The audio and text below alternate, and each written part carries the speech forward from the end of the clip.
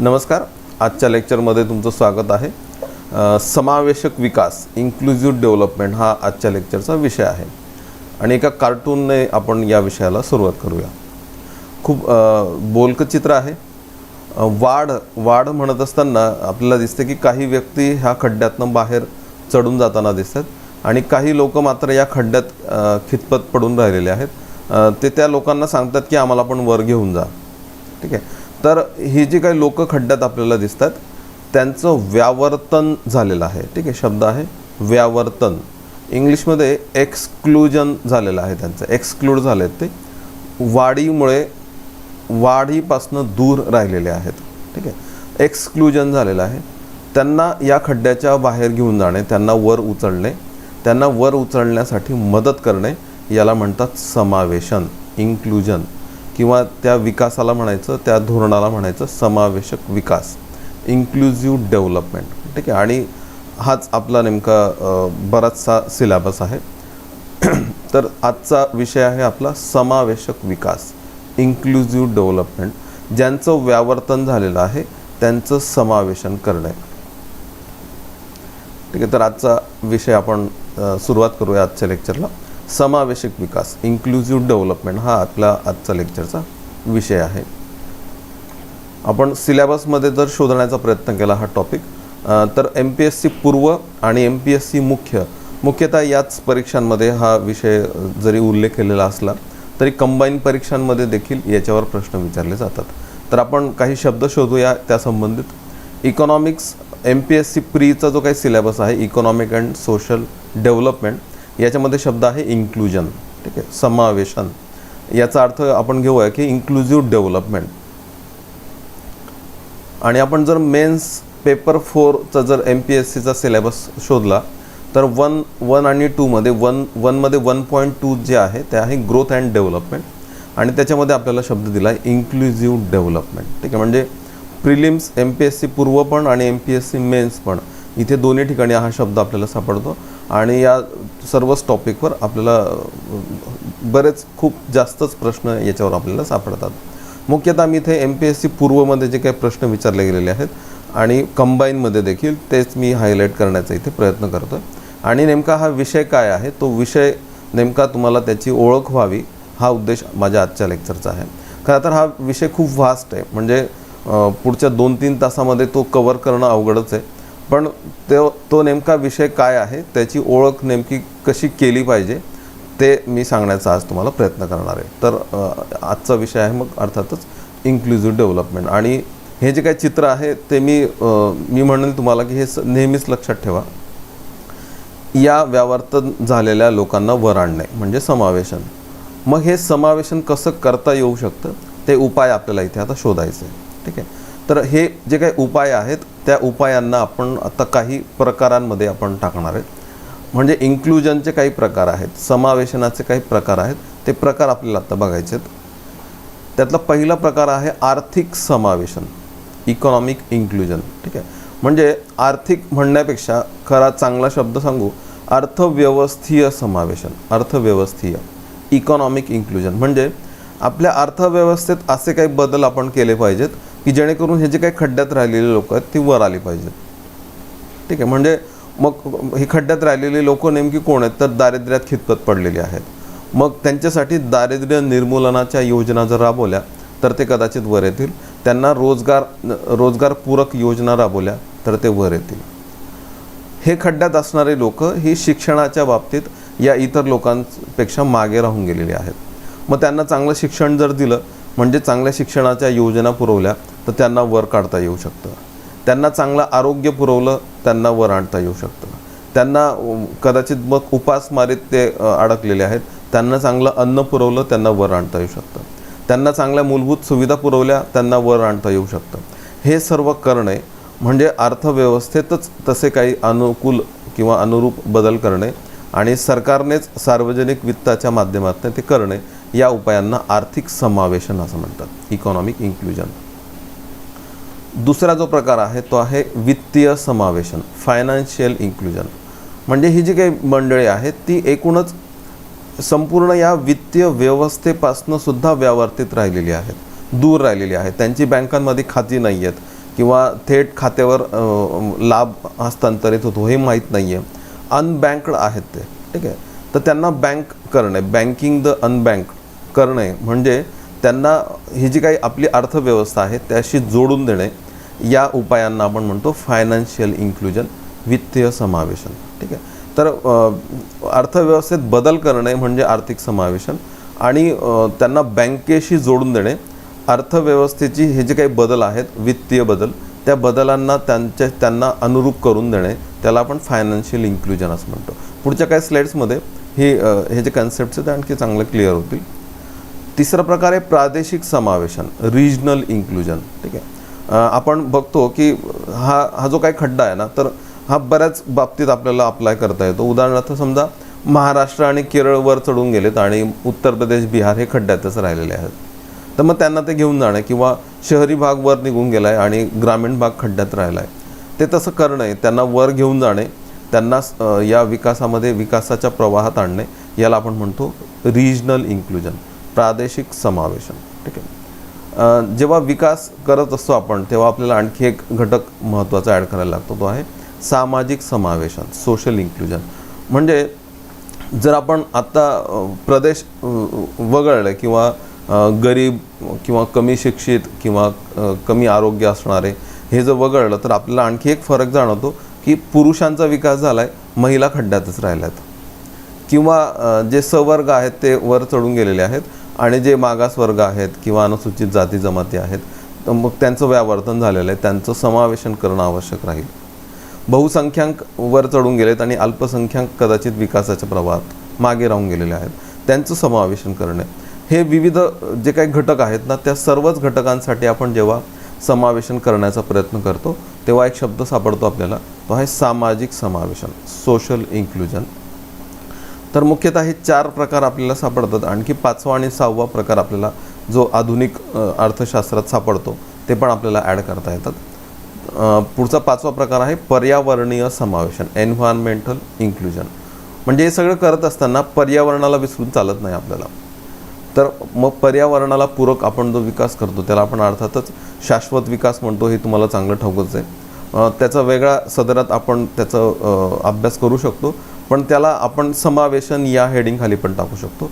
जेव्हा आपण हे सगळं करत असताना हा सगळा विकास टिकवून ठेवायचा असेल तर आपल्याला पर्यावरणाला पण जपलं पाहिजे, आपले जे नैसर्गिक स्रोत आहेत ते पण जपले पाहिजेत, आणि यासाठी आपण त्याचाही विचार जेव्हा करतो तेव्हा आपण त्याला म्हणतो एन्व्हायरमेंटल इन्क्लुजन. आणि गेल्या 2-3 वर्षांमध्ये आपल्याला पी.के. बर्धन हे नाव आपण मागच्या लेक्चर्समध्ये ऐकलं, किंवा आर्थिक पाहणी अहवालांमध्ये आपण जर शोधलं तर एक नवीन शब्द अलीकडे आपल्याला ऐकायला मिळतो आहे, वैश्विक समावेशन, universal inclusion, universal basic income. ही कन्सेप्ट तुम्हाला माहिती आहे चांगली आता. तर ही जी काही कन्सेप्ट आहे ती कन्सेप्ट आपल्याला वैश्विक समावेशन दर्शवते.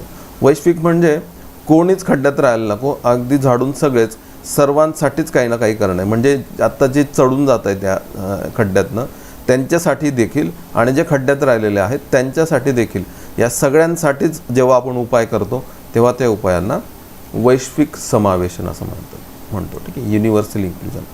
म्हणजे आपल्याला आत्ता या स्लाईडवरनं कळालं की 6 प्रकारे आपण समावेशन करू शकतो: आर्थिक, वित्तीय, प्रादेशिक, सामाजिक, पर्यावरणीय आणि वैश्विक. Economic, financial, regional, social, environmental आणि युनिव्हर्सल. या प्रत्येकाची ओळख मी आजच्या लेक्चरमध्ये तुम्हाला करून देणार आहे की नेमकं या सदरांमध्ये काय काय मोडतं, ठीक आहे. खरं तर हा मी मगाशी सांगितल्याप्रमाणे हा सब्जेक्ट खूप व्हास्ट आहे, पण त्याचं आपण जेव्हा सॉर्ट करतो ना तेव्हा मग ते थोडं समजायला आपल्याला सोपं जातं. तर आपण याच्यातलं एक निवडून आता त्याची एक तोंड ओळख आपण आजच्या लेक्चरमध्ये करून घेऊया. तर पहिलं घेऊ आपण आत्ता आर्थिक समावेशन. म्हणजे अर्थव्यवस्थेत असे काही पूरक बदल करणे की जेणेकरून ज्यांचं व्यावर्तन झालेलं आहे त्यांचं समावेशन होणार. मग ते करण्यासाठी आपण मुख्यतः जे एक 4 मुद्दे मला इथे सांगावेसे वाटतात ते मी इथे घेण्याचा प्रयत्न केला आहे. की हे जे व्यावर्तन झालं आहे त्यांना ते भुकेलेले आहेत, उपासमारीत सापडलेले आहेत, त्यांना चांगलं अन्न पुरवलं तर त्यांचं समावेशन होईल, त्यांना रोजगार पूरक आणि दारिद्र्य निर्मूलनाच्या योजना आपण पुरवल्या तर कदाचित ते ह्या संकटातून बाहेर येतील. त्यांना चांगल्या शिक्षणाच्या योजना पुरवल्या, चांगल्या आरोग्याच्या योजना पुरवल्या तर ते याच्यातून बाहेर येतील. याच्यात आणखी पण मुद्दे ॲड करता येतील.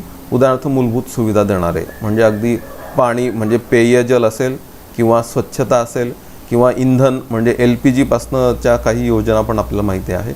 वीज कनेक्शन्स असतील त्यांच्या घरासाठी, अगदी मग ते ज्या खेड्यांमध्ये राहत आहेत त्या खेड्यांसाठी रस्ते असतील, यासारख्या सर्व मूलभूत आणि पायाभूत सुविधा या देखील इथे ॲड करता येतील.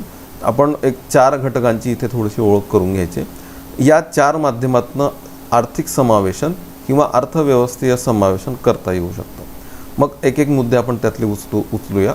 त्यातलं पहिलं घेऊ आपण आता अन्न. ठीक आहे, अन्न सुरक्षा पुरवून आपण यांचं समावेशन करू शकतो. हंगर घालवू शकतो, आपल्या इथली उपासमार घालवू शकतो, आपला हंगर इंडेक्स आपण सुधारू शकतो आणि हंगर संदर्भात जे पहिलं मिलेनियम डेव्हलपमेंट गोल आहे ते आपण चांगल्या पद्धतीने अचीव करू शकतो. तर अन्न या सुरक्षेसाठी आपण एका योजनेची केवळ एक तोंड ओळख करून घेऊया. ठीक आहे, तर ही योजना शिकवत नाही मी प्रॉपर आत्ता, पण एक तोंड ओळख आपण त्याची करून घेतोय. 1960च्या दशकामध्ये भारतात सार्वजनिक वितरण प्रणाली विकसित झाली. 2 युद्ध आणि दुष्काळ आलेला होता 60 नंतर, माहिती आपल्याला.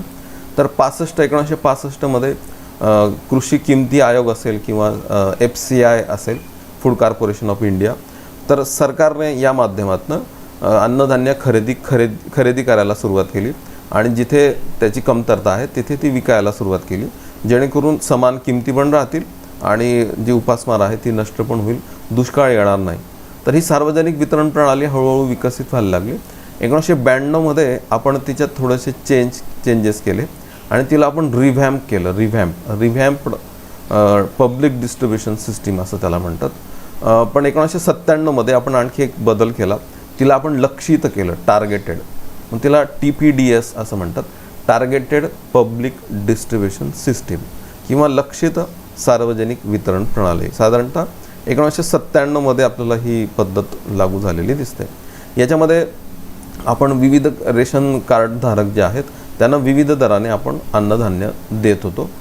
आत्ता आपण 2013मध्ये एक कायदा केलेला आहे, अन्न सुरक्षा कायदा, आणि या कायद्यान्वये आपण जी 1997ची सिस्टीम होती TPDS, targeted public distribution system, तिला आपण थोडीशी मॉडिफाय केली आता 2013मध्ये आणि आपण आत्ता प्रायोरिटी बेस्ड अशी स्कीम बनवलेली आहे. जी आत्ता 2013 नंतर जी स्कीम विविध राज्यांमध्ये टप्प्याटप्प्याने लागू झालेली ती प्रायोरिटी बेस्ड आहे. तर प्रायोरिटी काय आणि ते पण सांगतो. पण प्रायोरिटी बेस्ड म्हणून याला आपण आता म्हणतो priority based targeted public distribution system, मराठीमध्ये अग्रक्रम लक्षित सार्वजनिक वितरण प्रणाली. 2013 नंतर आपण काय केलं माहिती की आपण हे जे काही रेशन कार्ड धारक आहेत तर आपण जर उजव्या हाताला एक्स्ट्रीम पॉवर्टी किंवा एक्स्ट्रीम पुअर जर मांडले आणि डाव्या हाताला जर एक्स्ट्रीम रिच जर मांडले, तर एक्स्ट्रीम पॉवर्टीमध्ये जे आहेत, आपल्याला आठवत असेल मागच्या लेक्चर्समधलं फीडबॅक असेल तुम्हाला, तर 2000मध्ये डिसेंबर 2000मध्ये आपण असे 2.5 कोटी आत्यंतिक गरीब कुटुंब शोधले ज्यांना आपण अंत्योदय योजना त्यांच्यासाठी सुरू केली. त्यांना जे कार्ड्स दिले जातात ते अंत्योदय कार्ड दिले जातात. हे जे काय आहे ते एक्स्ट्रीम पुअर आहेत. त्याच्यानंतर थोडासा गरीब वर्ग जो सापडतो आपल्याला, जो गरीब आहे पण अत्यंतिक गरीब नाही, त्याला आपण मग पिवळं कार्ड देतो, पिवळं रेशन कार्ड महाराष्ट्रात, त्याला आपण BPL म्हणतो, बिलो पॉवर्टी लाईन. आणि याच्यावर मग आपण APL जे आहे तर APLमध्ये सुद्धा आपण 2 गट केलेले आहेत. एक व्हल्नरेबल म्हणजे जो कधीही दारिद्र्य रेषेच्या खाली येऊ शकतो, आणि कम्प्लिटली APL अबो पॉवर्टी लाईन म्हणजे जो श्रीमंत आहे, एका विशिष्ट थ्रेशोल्डच्या पुढे आहे, त्याला आपण पांढरे रेशन कार्ड दिलेले आहेत. म्हणजे आपल्याकडे 4 प्रकारचे रेशन कार्ड आपण बघतो, पांढरे, केशरी, पिवळे आणि अंत्योदय. त्याची जी थ्रेशोल्ड आहे ती सांगण्याची आताच वेळ नाही, मला जे सांगायचं आहे ते आहे समावेशक विकास. तर आपण काय केलं 2013 नंतर राईट हँड साईडने मोजायला सुरुवात केली, उजवीकडनं मोजायला सुरुवात केली आणि उजवीकडनं मोजत आपण काय केलं, याच्यावर यांना प्रायोरिटी म्हणायला सुरुवात केली. मग हे प्रायोरिटी हाऊसहोल्ड आहेत, अग्रक्रम म्हणजे यांना महत्त्व दिलं पाहिजे, यांना स्वस्त दराने अन्नधान्य पुरवून अन्न सुरक्षा दिली पाहिजे, त्यांचं समावेशन झालं पाहिजे. मग आपण राईट हँड साईडनं सुरुवात केली. अंत्योदयवाल्यांना आपण प्रायोरिटी म्हटलं, पिवळे कार्ड धारकांना प्रायोरिटी म्हटलं आणि केशरी कार्डात पण आपण असे 2 गट करत गेलो की आपण त्यातल्या त्यात पण कमी उत्पन्न असणाऱ्यापासून आपण आपण त्यांना प्रायोरिटी म्हणत गेलो. आणि इथं अशी एक लाईन सापडली आपल्याला, ज्या लाईनला 67% लोकसंख्या संपली. या लाईनला इथे जिथे प्रायोरिटीचे शिक्के आपल्याला दिसतात तिथे 67% लोकसंख्या संपली. म्हणजे राईट हँड साईडकडनं आपण 67% लोकसंख्येला आता प्रायोरिटी म्हणतो. प्रायोरिटी हाऊसहोल्ड्स म्हणजे अग्रक्रम कुटुंब. हे जे काही अग्रक्रम कुटुंब आहेत ते एखाद्या अर्थव्यवस्थेमध्ये, एखाद्या राज्यामध्ये 67% एकूण लोकसंख्येपैकी असले पाहिजेत. 67%च्या वर जे आहेत त्यांना प्रायोरिटी म्हणत नाहीत. मग आता हे जे काही प्रायोरिटी आहेत, जे 67% आहेत इकडे आत्ता, त्यांना आता रेशन दुकानांमध्ये 2013 नंतरच्या स्कीम अन्वये 3 रुपये किलोप्रमाणे तांदूळ, 2 रुपये किलोप्रमाणे गहू आणि 1 रुपया किलोप्रमाणे भरड धान्य ही मिळतात रेशन दुकानांमध्ये.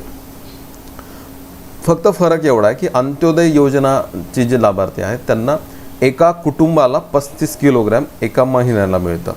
35 किलोग्रॅम प्रति कुटुंब प्रतिमाह.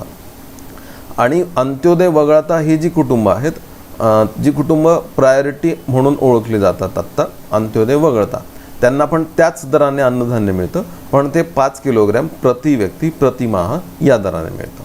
ठीक आहे. तर हा फरक एवढाच आहे फक्त आत्ता की अंत्योदय आणि इतर प्रायोरिटी याच्यामध्ये थोडा फरक आहे, 35 किलोग्रॅम आणि 5 किलोग्रॅमचा. 5 किलोग्रॅम प्रति व्यक्ती आहे, इकडे 35 किलोग्रॅम प्रति कुटुंब आहे. दर तेच आहेत, 3 रुपये तांदूळ, 2 रुपये गहू आणि 1 रुपया किलोप्रमाणे भरड धान्य. भरड धान्य म्हणजे कोर्स सिरिल्स, म्हणजे ज्वारी, बाजरी वगैरे वगैरे. तर हे 1 रुपया किलोने मिळतात. हे मिळणे याला, या सिस्टीमला, ही जी 2013 नंतर सिस्टीम निर्माण झाली त्याला म्हणतात अग्रक्रम लक्षित सार्वजनिक वितरण प्रणाली. ही जी काही सिस्टीम आहे ती सिस्टीम अस्तित्वात आणण्यासाठी केंद्र सरकारने, भारत सरकारने एक कायदा संमत केला, राष्ट्रीय अन्न सुरक्षा कायदा. आणि या कायद्यान्वये 2 महत्त्वाच्या बाबी आपल्याला या कायद्यात सापडतात. एक की ही जी काही सिस्टीम, जी लक्षित सार्वजनिक वितरण व्यवस्था होती, तिला अग्रक्रम बेस्ड असं केलं, प्रायोरिटी बेस्ड केलं. आणि इवन भारतामध्ये अन्न सुरक्षा पुरवणाऱ्या ज्या काही इतर योजना आहेत त्या योजनांना कायदेशीर अधिष्ठान पण देण्यात आलं. तर या 2 बाबी आपल्याला इथे सापडतात. त्या 2 बाबी आपण समजून घेऊ. पहिली बाब आहे ती अग्रक्रम लक्षित सार्वजनिक वितरण प्रणालीशी संबंधित.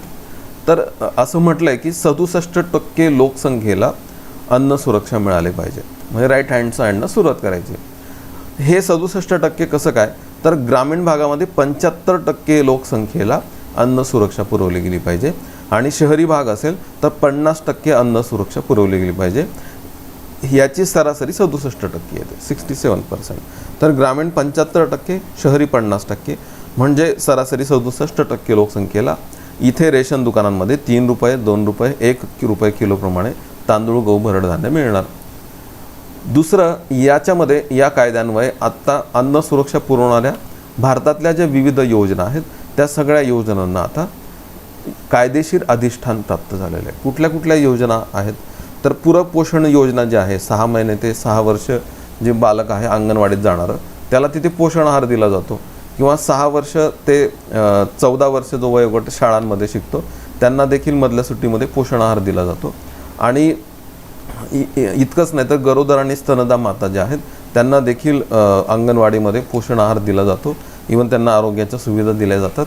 आणि प्रसूती लाभाच्या काही वंदना योजनासारख्या काही योजना, तर या ज्या काही योजना त्याच्यामध्ये या मातांना काही आर्थिक लाभ पण दिला जातो. तर या सर्वांचा उद्देश पोषण आणि पोषणच नाही तर अन्न सुरक्षा असा आहे. तर आत्ता काय झालं की 2013 नंतर ह्या ज्या काही योजना आहेत अंगणवाडीच्या, शाळेच्या किंवा एकूणच या प्रसूती लाभाच्या, या सगळ्या योजना आता कायदेशीर योजना झालेल्या आहेत. ठीक आहे, ॲक्टनुसार.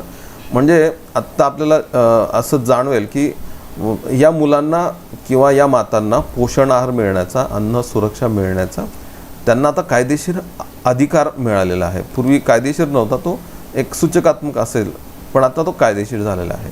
तर राष्ट्रीय अन्न सुरक्षा कायदा, तर एवढं सांगता येतं, एक प्रायमरी, एक तोंड ओळख म्हणून आपल्याला एवढी चर्चा याच्यावर करता येते. तर ह्या सर्वाचा उद्देश समावेशन करणे आहे. आपल्या इथलं हंगर घालवणे आहे.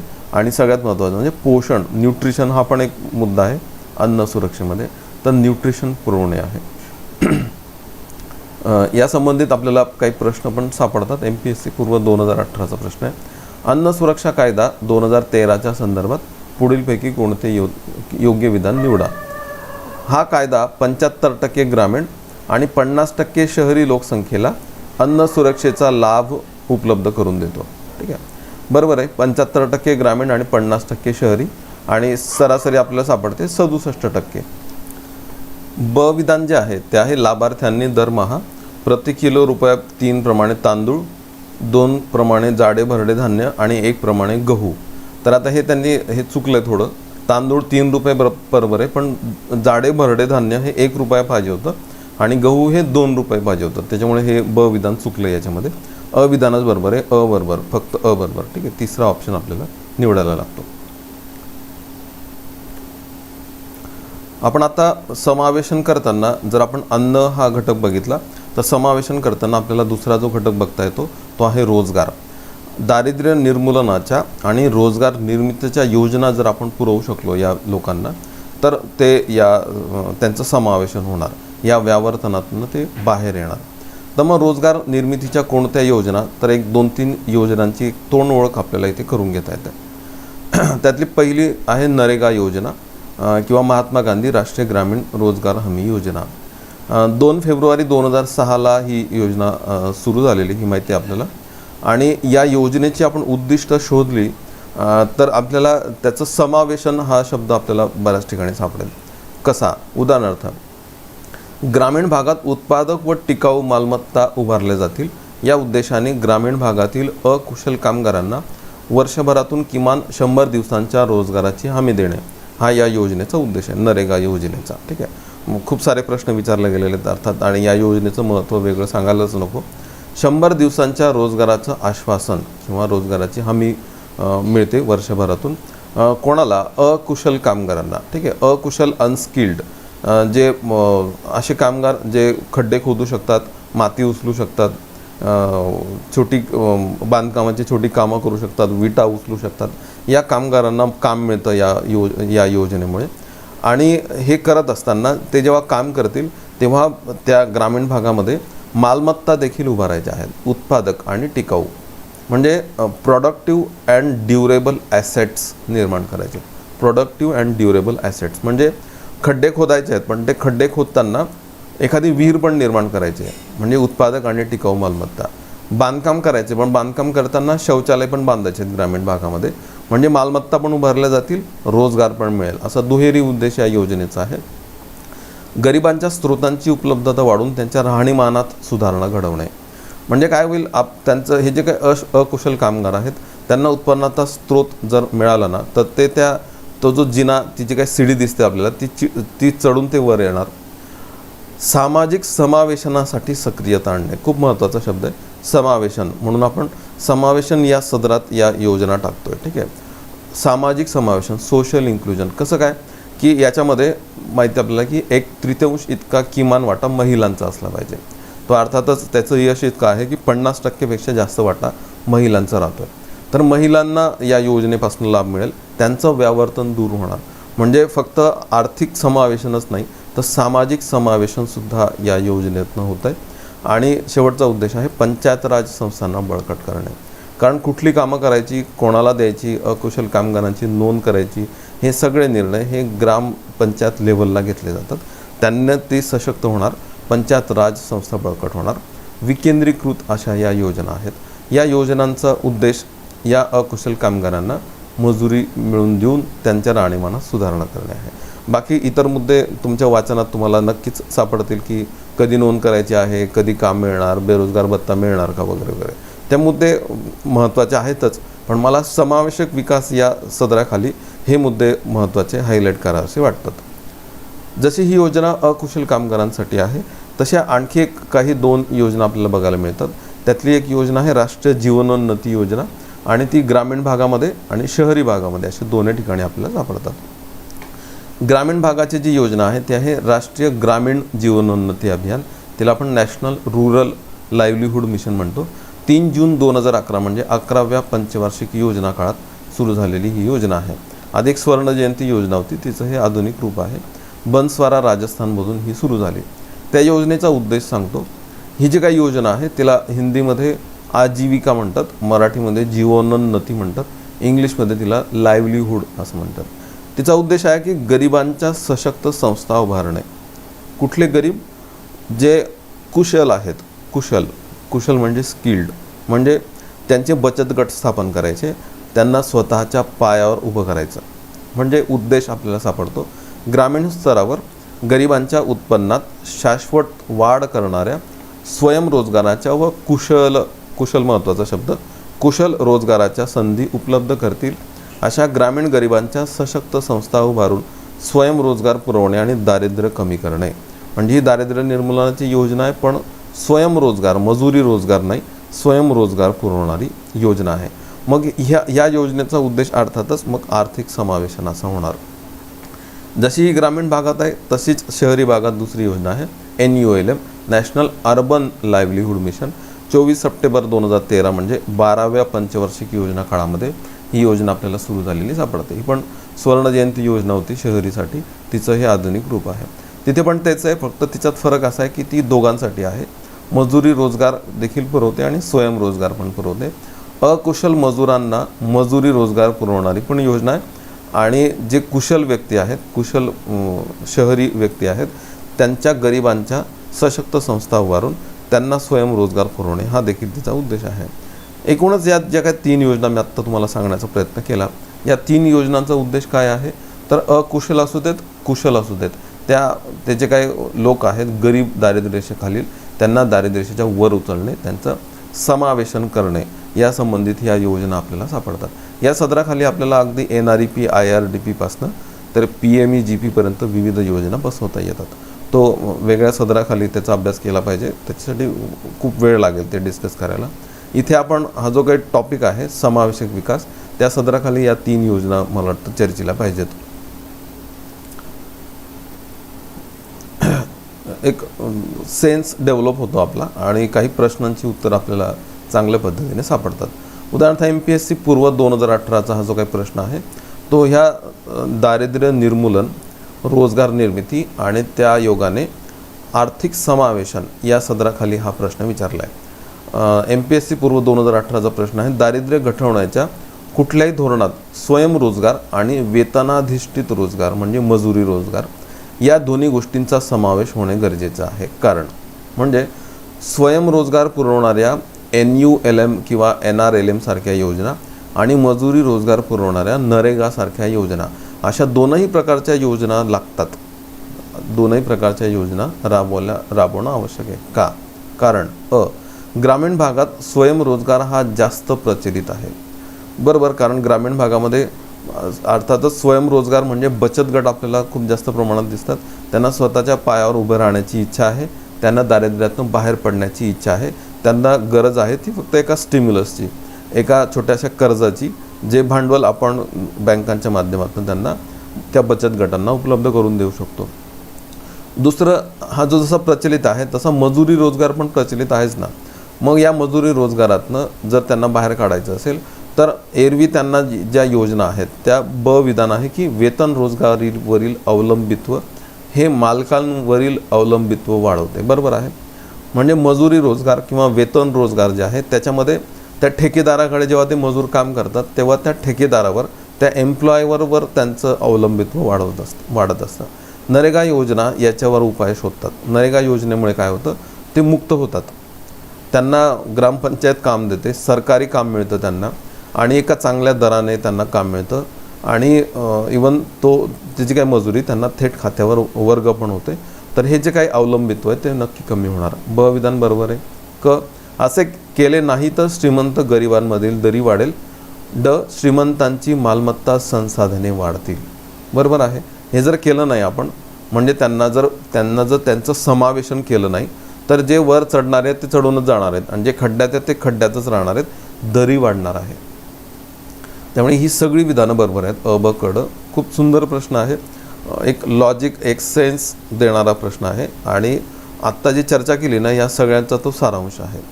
आणि मला वाटतं की हा समावेशक विकास या सदराखाली मोडणारा उत्तम प्रश्न आहे. तिसरा उपाय आहे शिक्षण. ठीक आहे, शिक्षण. हे जे काही दारिद्र्यात खितपत पडलेले आहेत तर कदाचित त्यांचं प्राथमिक कारण हे शिक्षणाचं आहे. शिक्षणापासून वंचित राहिलेले. आत्ता मग प्रौढ शिक्षण देऊन त्यांना बाहेर काढता येऊ शकतं, पण ती वेळ आत्ता कदाचित मग गेलेली असणार आहे. मग काय तर मग निदान पुढची पिढी तरी मग ती निरक्षर राहू नये. मग त्यासाठी आपण विविध योजना राबवतो. अर्थातच आपण प्रौढ निरक्षरता दूर करण्यासाठी योजना राबवतोच, पण इथे या सदराखाली आपण महत्त्वाचं जे शिकलं पाहिजे ते आहे 6 ते 14 वयोगटाचं शिक्षण. हे जर शिक्षण पुरवलं तर आपोआप त्यांचं समावेशन होणार. ठीक आहे, तर मग त्याची चर्चा करू आपण.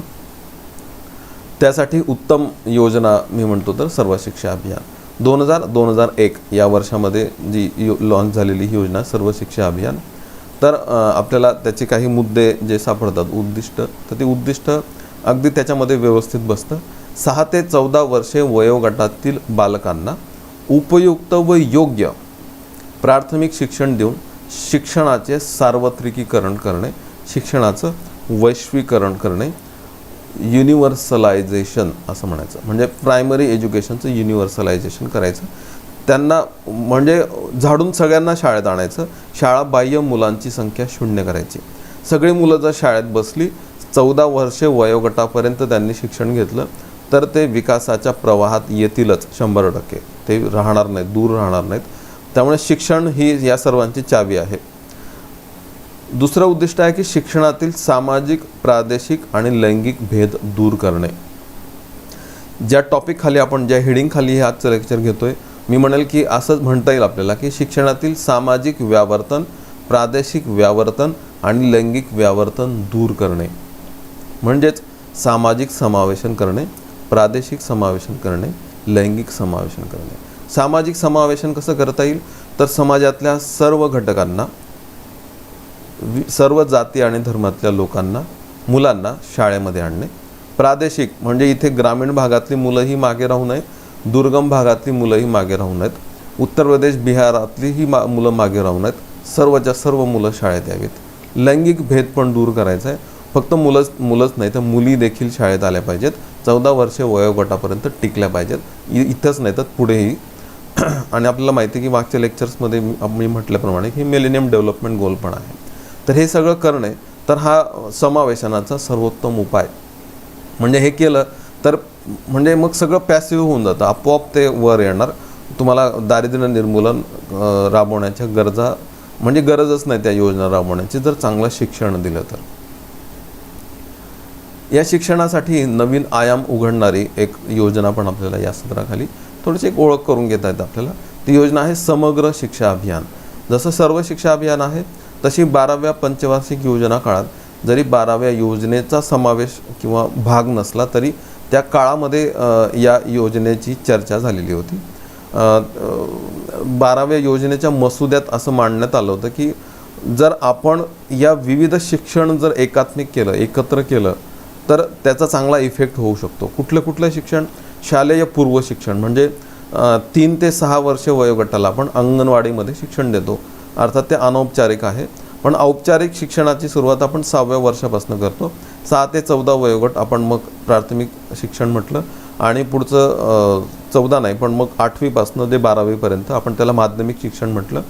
आणि शिक्षकांचं पण शिक्षण जर आपण त्याला शिक्षक शिक्षण म्हटलं, तर या सर्वांचा समावेश करणारं एक समग्र शिक्षण असावं अशी चर्चा ऑलरेडी 12व्या योजनेत झालेली होती. पण 12वी योजना आपल्याला माहिती आहे अर्ध्यात बंदच पडली. ती योजना संपली देखील 17मध्ये असं समजलं आपण.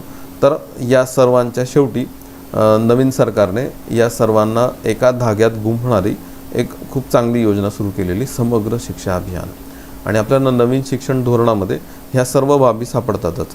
तर ते नवीन शिक्षण धोरण लागू करण्यासाठी, ते अप्लाय करण्यासाठी एक चांगलं साधन, एक चांगलं माध्यम समग्र शिक्षा अभियानातून मिळणार आहे. ही योजना 24 मे 2018ला प्रकाश जावडेकर यांच्या हस्ते लॉन्च झालेली. या योजनेचा उद्देश आपण जर शोधण्याचा प्रयत्न केला तर आपल्याला एक 2-4 मुद्दे इथे सापडतात, ते पण आपण शोधण्याचा प्रयत्न करू. आणि तुम्हाला ध्यानात येईल की इथे देखील आपल्याला समावेशन हाच शब्द सापडतो. 24 मे 2018ला सुरू झालेल्या या योजनेचं उद्दिष्ट आहे शालेय शिक्षणाचा विकास गटागटाने न करता एकात्मिक पद्धतीने करणे. म्हणजे एकट्याने शालेय पूर्व वेगळं, प्राथमिक वेगळं, माध्यमिक वेगळं, शिक्षक वेगळं असं न करता सगळ्यांना एकाच एकात्मिक पद्धतीने एकाच धाग्यात गुंफणारी अशी योजना असावी असा उद्देश म्हणून ही योजना. शाश्वत विकास ध्येय 4 गाठणे म्हणजे सस्टेनेबल डेव्हलपमेंट गोल. पुढच्या लेक्चरमध्ये हेच आपण याचाच अभ्यास करणार आहे. सस्टेनेबल डेव्हलपमेंट गोल 4था आहे दर्जेदार शिक्षण. आणि दर्जेदार शिक्षण जर द्यायचं असेल हे 2030मध्ये गाठायचं ध्येय आहे. ते जर गाठायचं असेल तर सर्वात उत्तम साधन आहे समग्र शिक्षा अभियान. गुणवत्तापूर्ण आणि दर्जेदार शिक्षण देऊन शैक्षणिक निष्पादनात वर्धन करणे म्हणजे जे एज्युकेशनल आउटपुट्स आणि आउटकम्स आहेत ते चांगले मिळणे. शालेय शिक्षणातील सामाजिक आणि लैंगिक विषमता दूर करणे म्हणजेच सामाजिक समावेशन, लैंगिक समावेशन. म्हणजे हे सर्व शिक्षा अभियानात हे शब्द सापडतात आपल्याला, तेच इथे पुन्हा आलेले दिसतात. शालेय शिक्षणाच्या प्रत्येक टप्प्यात समावेशक व न्याय्य शिक्षण देणे हे या योजनेची उद्दिष्ट आहेत. खूप लेटेस्ट योजना आहे, महत्त्वाची योजना आहे. आणि इवन शालेय पूर्व शिक्षणात संबंधित असणारी ICDS योजना, प्राथमिक शिक्षणाशी संबंधित असलेली सर्व शिक्षा अभियान किंवा माध्यमिक शिक्षणाशी संबंधित असलेलं माध्यमिक शिक्षा अभियान, या सगळ्या अभियानं आता समग्र शिक्षा अभियानाच्याच उपयोजना आहेत. तर शिक्षण सापडलं आपल्याला. एक मेन्सचा प्रश्न घेऊ आपण, पेपर 3 2016. खालीलपैकी कोणती ध्येय सर्व शिक्षा अभियानाशी संबंधित नाही? तर वयोगट 6 ते 14 मधील मुलांना शाळेत आणणे, बरोबरच हे उद्दिष्ट. त्यांची उपस्थिती टिकवणे, बरोबर आहे. त्यांची संपादणूक वाढवणे म्हणजे त्यांचे आउटपुट्स आणि आउटकम्स वाढवणे. कारण शिक्षण हे फक्त शिक्षण शाळेत आणायचं आणि शिक्षण द्यायचं नाही, फक्त उपयुक्त आणि योग्य शिक्षण द्यायचं आहे. त्यांचे आउटकम्स आणि आउटपुट्स वाढवायचे आहेत. 3ही बरोबर आहे. 4थं त्यांच्या शिक्षक आणि पालकांचे उद्बोधन करणे. याला गौण महत्त्व आहे 4थ्याला. पहिले 3 अगदी परफेक्ट बसतात. सर्व शिक्षा अभियानाशी संबंध थेट नसणारं 4थं उद्दिष्ट आहे. त्यामुळे 4था विधान आपल्याला ऑड आउट म्हणून वेगळं काढता येतं. पुढचं आपल्याला सांगता येतं की ती दारिद्र्यात खितपत पडलेले आहेत, निरक्षर आहेत, खड्ड्यात आहेत. ते असण्यामागे आणखी एक कारण आहे, ते म्हणजे आरोग्य. ठीक आहे. आणि हे सगळे एकमेकांच्या हातात हात धरून असतात. चांगलं अन्न नसणे, सकस अन्न नसणे, बेरोजगार असणे, शिक्षण चांगलं नसणे आणि मग त्याचं एक आउटपुट असं पण येतं की चांगलं आरोग्य नसणे. चांगलं आरोग्य असणारे वर चढून जातात सगळी, लीलावती हॉस्पिटलमध्ये मस्तपैकी उपचार घेत आहेत. आणि जी दारिद्र्यात खितपत पडलेली आहेत ती सिव्हिल हॉस्पिटलच्या बाहेर रांग लावून उभी आहेत. त्यांचं व्यावर्तन झालेलं आहे. त्यांचं समावेशन करायला लागणार आहे, म्हणून आर्थिक समावेशन. मग आरोग्यासंबंधित एक 2-3 चर्चा आपल्याला करता येतात. भारतामध्ये आरोग्य संबंधित व्यावर्तन दर्शवणारे एक महत्त्वाचे मोठे 2 निर्देशांक आहेत, ज्यांची चर्चा आपण मागच्या काही पंचवार्षिक योजनांमध्ये पुन्हा पुन्हा करत येतो आहे. ते 2 निर्देशांक आहेत. एक म्हणजे शिशु मृत्यूदर, इन्फंट मॉर्टॅलिटी रेट, आणि दुसरा आहे माता मृत्यूदर. म्हणजे एखाद्या देशाचं आरोग्य रिफ्लेक्ट करणारे इंडेक्स कोणते आहेत? तर पहिलं तर आहे म्हणजे आयुर्मान म्हणजे लाईफ एक्सपेक्टन्सी, जे आपण ह्युमन डेव्हलपमेंट इंडेक्समध्ये मोजतो. आणि दुसऱ्या आणि तिसऱ्या क्रमांकावरचे जे निर्देशांक आहेत ते आहेत शिशु मृत्यूदर किती आहे आणि माता मृत्यू प्रमाण किती आहे. त्यासंबंधित मिलेनियम डेव्हलपमेंट गोल्सचा पण आपण विचार केला तर हे घालवणारे आणि एकूणच आरोग्य याच्यावर केंद्रित असणाऱ्या एक 2 योजनांची आपल्याला इथे ओळख करून घ्यायला लागते. मग त्या योजना कोणत्या? तर त्यातली एक महत्त्वाची योजना आहे राष्ट्रीय आरोग्य अभियान, नॅशनल हेल्थ मिशन. यातलं जे रूरल पार्ट आहे, रूरल हेल्थ मिशन, तो 12 एप्रिल 2005ला सुरू झालेला आहे 10व्या पंचवार्षिक योजना काळामध्ये. तुम्हाला मागचं लेक्चर आठवत असेल तर या योजनेबद्दल मी बऱ्यापैकी तिथे चर्चा केली होती. 12 एप्रिल 2005ला ही योजना सुरू झालेली. याला जोड दिली अर्बन हेल्थ मिशनची 1 मे 2013ला 12व्या पंचवार्षिक योजना काळामध्ये. म्हणजे रूरल पार्ट थेट 10व्या योजनेत सुरू झाला आहे. 11वी योजना स्किप होते आणि 12व्या योजनेत अर्बन पार्ट सुरू होतो. या 2 योजना मिळून आपण त्या योजनेला म्हणतो नॅशनल हेल्थ मिशन, राष्ट्रीय आरोग्य अभियान. या योजनेचं उद्दिष्ट आपण शोधण्याचा प्रयत्न केला तर उद्दिष्ट आहे गुणवत्तापूर्ण आरोग्य सेवा देणे. आता गुणवत्तापूर्ण हा शब्द आपल्याला सर्व शिक्षा अभियानात पण सापडला. ठीक आहे, तुम्हाला जाणवेल ना की अनेक अशी उद्दिष्ट कॉमन आहेत ती आता क्षेत्राला लागू होतात. ती कशी काय ते पण आपण शोधूया. आरोग्य यंत्रणेतील आणि सेवेतील त्रुटी दूर करणे, जास्तीचे नर्सेस, जास्तीचे डॉक्टर्स प्रोव्हाइड करणे, आरोग्य क्षेत्रातील विकेंद्रीकरण सुकर करणे. आपण नरेगा योजनेत काय शोधलं की पंचायत राज संस्थांना बळकट करणे. इथे पण तेच आहे, आरोग्य क्षेत्रातील विकेंद्रीकरण सुकर करणे.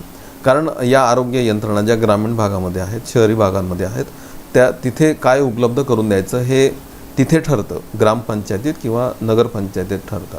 विकेंद्रीकरण सुकर करणे, आंतरक्षेत्रीय संमेलन घडवून आणणे, म्हणजे आरोग्य क्षेत्रच नाही तर अंगणवाडी असेल, अंगणवाडीच नाही तर ग्रामसभा असेल, या सगळ्यांना एकत्रित आणणे, आंतरक्षेत्रीय संमेलन घडवून आणणे.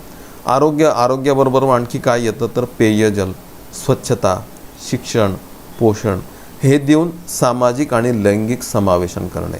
तुम्हाला जाणवेल बघा, समावेशन हा शब्द आत्तापर्यंत सांगितलेल्या प्रत्येक योजनेत आपल्याला सापडतो. त्यामुळे त्या सदराखाली आपण हे टाकू शकतो. सामाजिक समावेशन, लैंगिक समावेशन म्हणजे आरोग्याच्या पासनं कोणीच दूर राहायला नको, सर्वांपर्यंत आरोग्य सुविधा पोहोचली पाहिजे. आणि हे मोजता कसं येईल तर ते मोजण्याचे निर्देशांक आहेत माता मृत्यू प्रमाण आणि शिशु मृत्यूदर.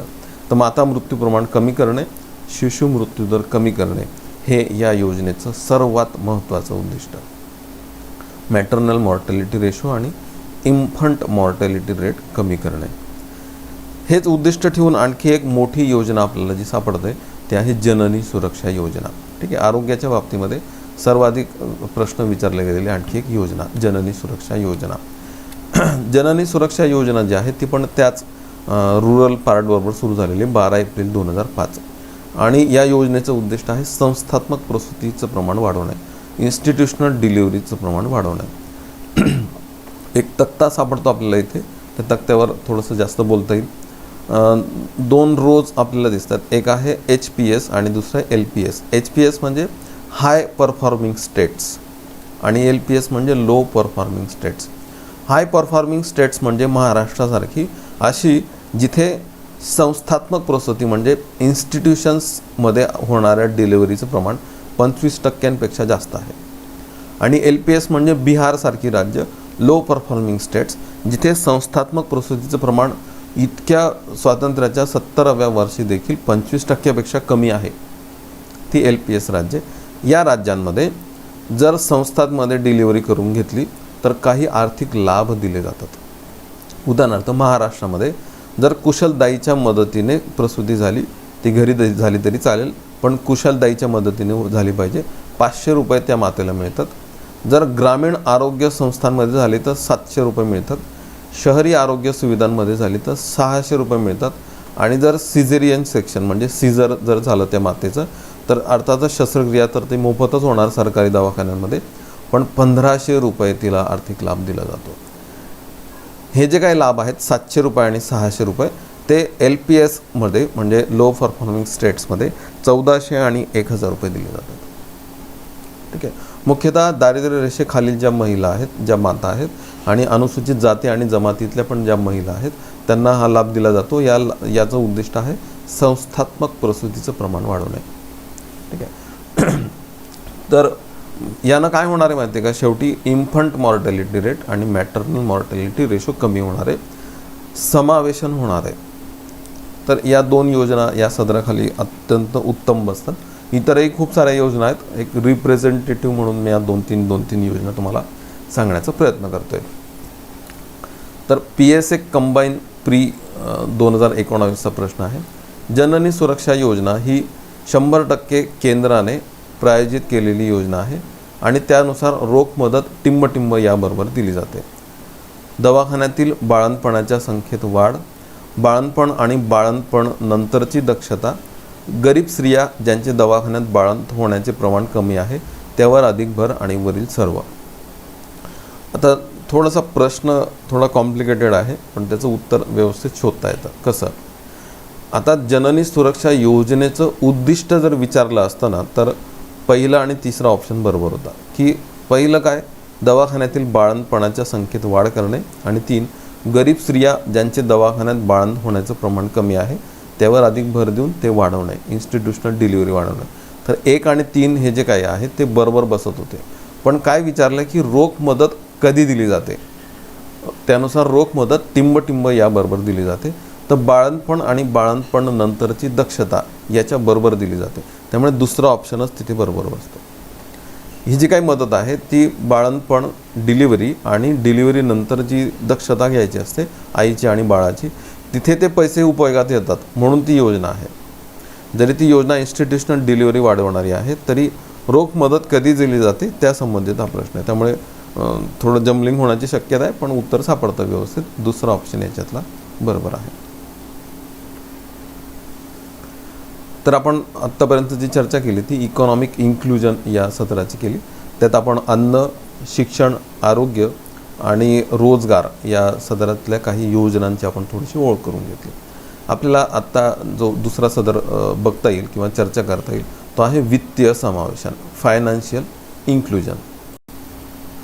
वित्तीय समावेशन या सदराखाली आपल्याला 2 मुद्दे बघता येऊ शकतात. एक आहे थेट लाभ आणि दुसरा आहे बँकिंग, म्हणजे त्यांना बँकांशी जोडून देणे, कारण बँकांपासून ते दूर राहिलेले आहेत. मग आत्ता वित्तीय समावेशन, फायनान्शियल इन्क्लुजन, ठीक आहे, या सदराखाली 2 मुद्दे आपण आता बघूया.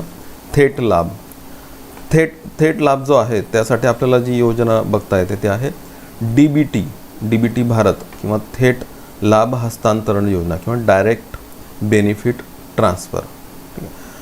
ही योजना सरळ वित्तीय समावेशन, फायनान्शियल इन्क्लुजन या सदराखाली येते. तर आपण ही DBTचा वापर कुठे कुठे करतोय ते आपल्याला इथे बघता येईल की अशा काही योजना आहेत, 440 योजना, जिथे आपण डायरेक्ट बेनिफिट ट्रान्सफर म्हणजे थेट खात्यामध्ये लाभ आत्ता द्यायला लागले. उदाहरणार्थ काही स्कॉलरशिपच्या योजना असतील किंवा नरेगामध्ये दिली जाणारी मजुरी असेल ती थेट खात्यात दिली जाते.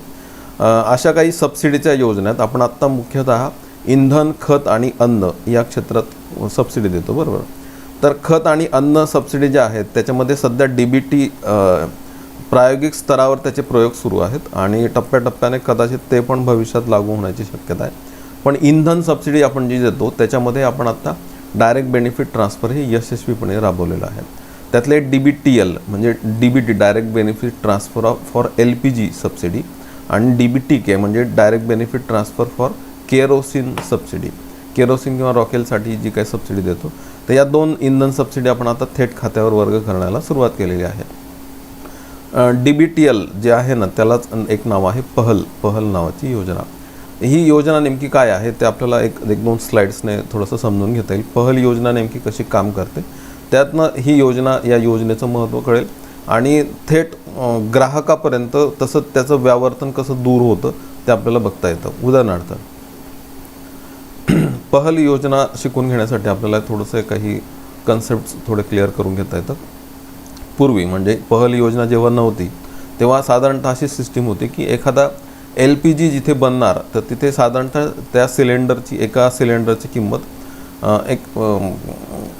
आपण इमॅजिन केल्या त्या फिगर्स फक्त, ठीक आहे.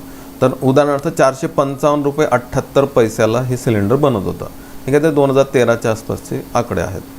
455 रुपये 78 पैशाला हे सिलेंडर बनलं की हा गॅस उत्पादक काय करायचा, ते सिलेंडर भारत गॅस या वितरकाला विकायचा. हा उत्पादक आहे आणि हा वितरक आहे भारत गॅस.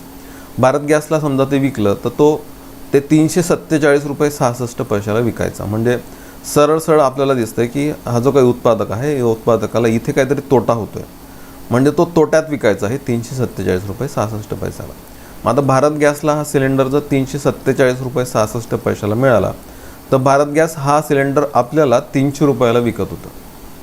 म्हणजे भारत गॅस पण तोट्यात विकत होतं 300 रुपयाला, ठीक आहे. आता हे याच्यामध्ये या ज्या काही किमती आहेत ना त्याला काही नावं आहेत. ॲक्च्युअल प्राईस सिलेंडरची आहे 455 रुपये 78 पैसे, म्हणजे ते सिलेंडर जिथे बनतं त्याची ॲक्च्युअल प्राईस 455 रुपये. भारत गॅस ज्या किमतीला हा सिलेंडर या उत्पादकाकडनं खरेदी करतं त्याला आपण म्हणतो प्रोक्युरमेंट प्राईस, म्हणजे खरेदी किंमत. आणि भारत गॅस आपल्याला ज्या किमतीला विकतं त्याला इश्यू प्राईस म्हणायचं, म्हणजे सेल प्राईस. आपल्याला ज्या किमतीला ते मिळणार, सबसिडाईज किमतीला ते मिळणार. हे जे काही वरचे फिगर्स आहेत ना तर त्या कृषी क्षेत्रात MSP, procurement price, issue price असे पण लागू होतं. इथे आपण सिलेंडरबद्दलच बोलतोय फक्त. तर काय होत होतं मग आत्ता की भारत सरकार काय करत होतं की इथे सरळ दिसतं आपल्याला की हा जो काय पहिला व्यवहार आहे त्याच्यामध्ये या गॅस उत्पादकाला 108 रुपये 12 पैशाचा तोटा होतो आहे. आणि हा जो दुसरा व्यवहार आहे त्याच्यामध्ये भारत गॅसला 47 रुपये 66 पैसे तोटा होतो आहे. तर भारत सरकार काय करत होतं, भारत सरकार या कंपनीला रिकव्हरी किंवा समायोजन या सदराखाली एक सबसिडी देत होतं. म्हणजे प्रत्येक सिलेंडर मागे सरकार या उत्पादकाला 108 रुपये देत होतं आणि प्रत्येक या सिलेंडर मागे भारत गॅसला सबसिडी देत होतं थेट 47 रुपये 66 पैशाची भारत गॅसला. म्हणजे सबसिडी भारत गॅसला मिळणार इकडनं या उत्पादकाला मिळणार, त्याचा इनडायरेक्ट लाभ आपल्याला मिळणार, बरोबर ना, की हा जो तोटा यांना होणार आहे तो भारत सरकार भरून काढेल. मग आपण याला सबसिडीज म्हणतो, याला म्हणतो आपण इंधन सबसिडी. मग जी लोक आहेत किंवा आपण आहोत, मग आपल्याला सबसिडाईज सिलेंडर मिळायचं 300 रुपयाला. म्हणजे याच्यात प्रॉब्लेम्स असे होते की भारत सरकार आणि आपण असा थेट कुठलाच संबंध नव्हता. आपली कुठलीच माहिती भारत सरकारला उपलब्ध नव्हती. आणि हे जे काही सिलेंडर्स आहेत ते सिलेंडर्स ज्यांनी वापरायला पाहिजे ग्रामीण भागामध्ये, नेमकं ग्रामीण भागामध्ये सिलेंडर वापराची जी संख्या होती ती कमी होती. मग आपण बघतो की राजीव गांधी LPG वितरण योजना किंवा आपण आता जे उज्ज्वला योजना बघतो, त्या योजनांचा उद्देश आहे की सिलेंडर वापरावं ग्रामीण लोकांनी, जेणेकरून सबसिडीचा त्यांना लाभ होईल. पण असा प्रॉब्लेम होता की हे कुटुंब सिलेंडर किती वापरतात याची माहिती उपलब्ध नाही. बरं, हे सिलेंडर जर ग्रामीण भागांसाठी ॲक्च्युली वापरलं पाहिजे तर ते शहरी भागात वापरत होते जास्त. आणि शहर भागातली लोक काय करत होते, या सिलेंडर्समधल्या LPGचा वापर नाही तिथं करत होते, म्हणजे गाड्यांमध्ये भरत होते अक्षरशः. तर हे जे काय आहे ही सिस्टीम आपण बदलली आणि आपण आता डायरेक्ट बेनिफिट ट्रान्सफर अशी सिस्टीम लागू केली. काय direct benefit transfer? Direct benefit transfer आहे की जर ही किंमत 455 रुपये 78 पैसे असेल ॲक्च्युअल, तर प्रोक्युअरमेंट प्राईस पण तीच असते, सेल प्राईस पण तीच असते, इश्यू प्राईस पण तीच असते, 455 रुपये 78 पैसे. आणि जी किंमत यांना तूट म्हणून दिली जात होती, आता ती थेट इथे न देता सरकार आता थेट ती आपल्याला देतं 155 रुपये 78 पैसे. जी असं वाटतंय सरकारला ना की आपल्याला ते 300 रुपयाला मिळत होतं, ते 300 रुपयाला मिळायला पाहिजे, तर ती 455ला विकते. 455मधनं 300 वजा केलं तर 155 राहतात. ही सबसिडी थेट आपल्या खात्यावर वर्ग होते. कोणाला वर्ग झाली याची माहिती सरकारला उपलब्ध असते. 12 सिलेंडर वर्षभराचे संपले की त्याच्यानंतर ती सबसिडी द्यायची का नाही हे सरकार ठरवतं. तुम्ही करदाते आहात, तुमचं उत्पन्न 10 लाख रुपयांपेक्षा खूप जास्त आहे, तर तुमची सिलेंडर सबसिडी बंद करायची सरकार ठरवतं. तुम्ही जर गिव्ह इट अप केलं असेल, तुमची सबसिडी बंद करायचं. हे सर्व निर्णय सरकारला आता घेता येतात. का घेता येतात? कारण सरकार आणि आपण थेट संबंध प्रस्थापित झालेले आहेत. गळती थांबलेली आहे. गळती थांबवणे हाच खरा तर पहल योजनेचा उद्दिष्ट आहे आणि गळती थांबवणे हेच नेमकं डायरेक्ट बेनिफिट ट्रान्सफरचं उद्दिष्ट आहे. असं जर भविष्यात झालं तर हे यशस्वी अर्थातच झालेलं आहे 100%.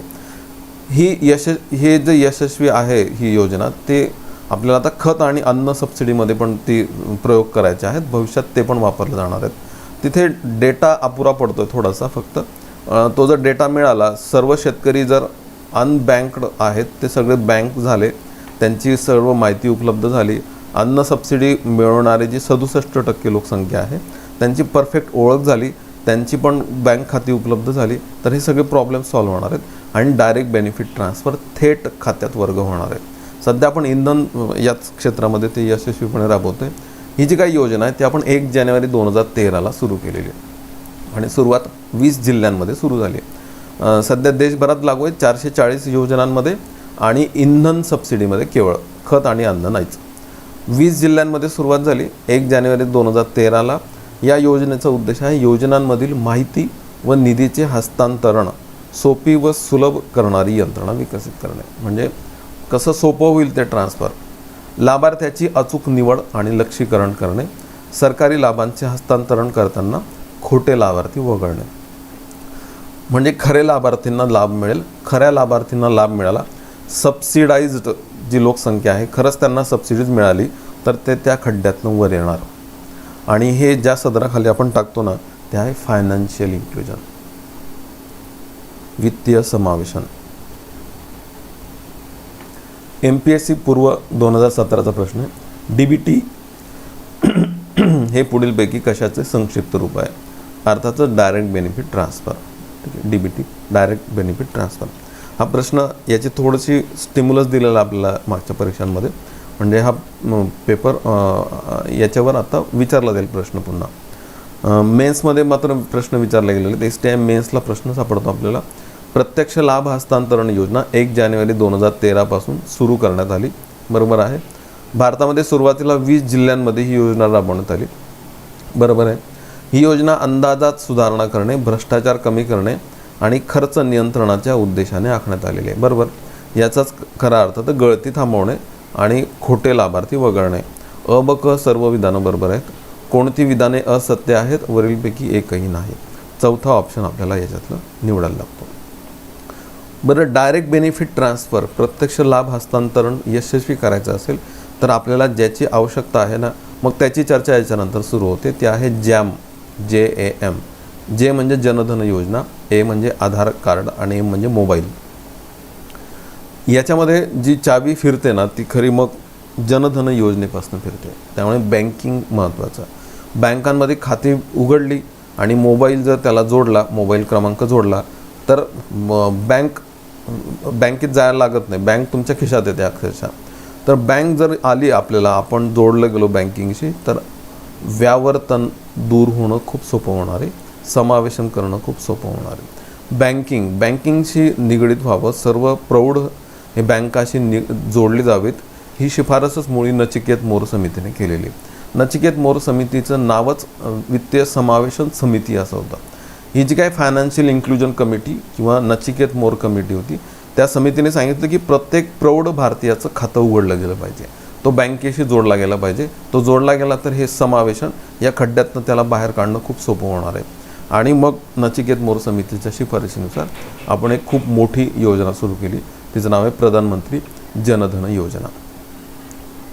ठीक आहे. मग त्याची ओळख आपल्याला करून घेता येईल. 28 ऑगस्ट 2014ला ही योजना लॉन्च झालेली आहे. 15 ऑगस्ट 2014ला माननीय पंतप्रधानांनी तिचं सुतोवाच केलंच होतं की अशी योजना सुरू होणार आणि तिचं अनावरण प्रत्यक्षात 28 ऑगस्ट 2014ला करण्यात आलं. त्या योजनेची 1-2-3 मुद्दे इथे सांगितले पाहिजेत, कारण ही योजना इतर कुठल्याही सदरात, बँकिंग असेल किंवा इतर कुठलेही सदर असेल ना, त्याच्यापेक्षा ती परफेक्ट जिथं बसते ते आहे वित्तीय समावेशन. त्यामुळे तिची इथेच चर्चा करणं आवश्यक आहे, इथेच ते समजून घेणं आवश्यक आहे.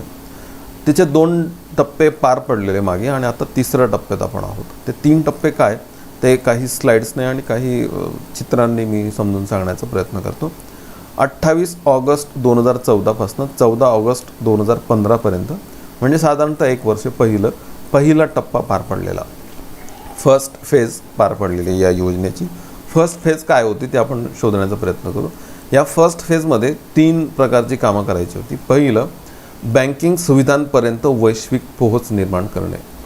वैश्विक म्हणजे युनिव्हर्सल, म्हणजे प्रत्येकाचं खातं उघडलं गेलं पाहिजे बँकिंग सुविधापर्यंत. प्रत्येक प्रौढ व्यक्तीचं खातं उघडणे हा या योजनेचा पहिला उद्देश, पहिला टप्पा. पहिल्या टप्प्यांमध्ये जे अनबँक्ड आहेत त्यांना बँक करणे, बँकिंग द अनबँक असं त्याचं मोटोच आहे.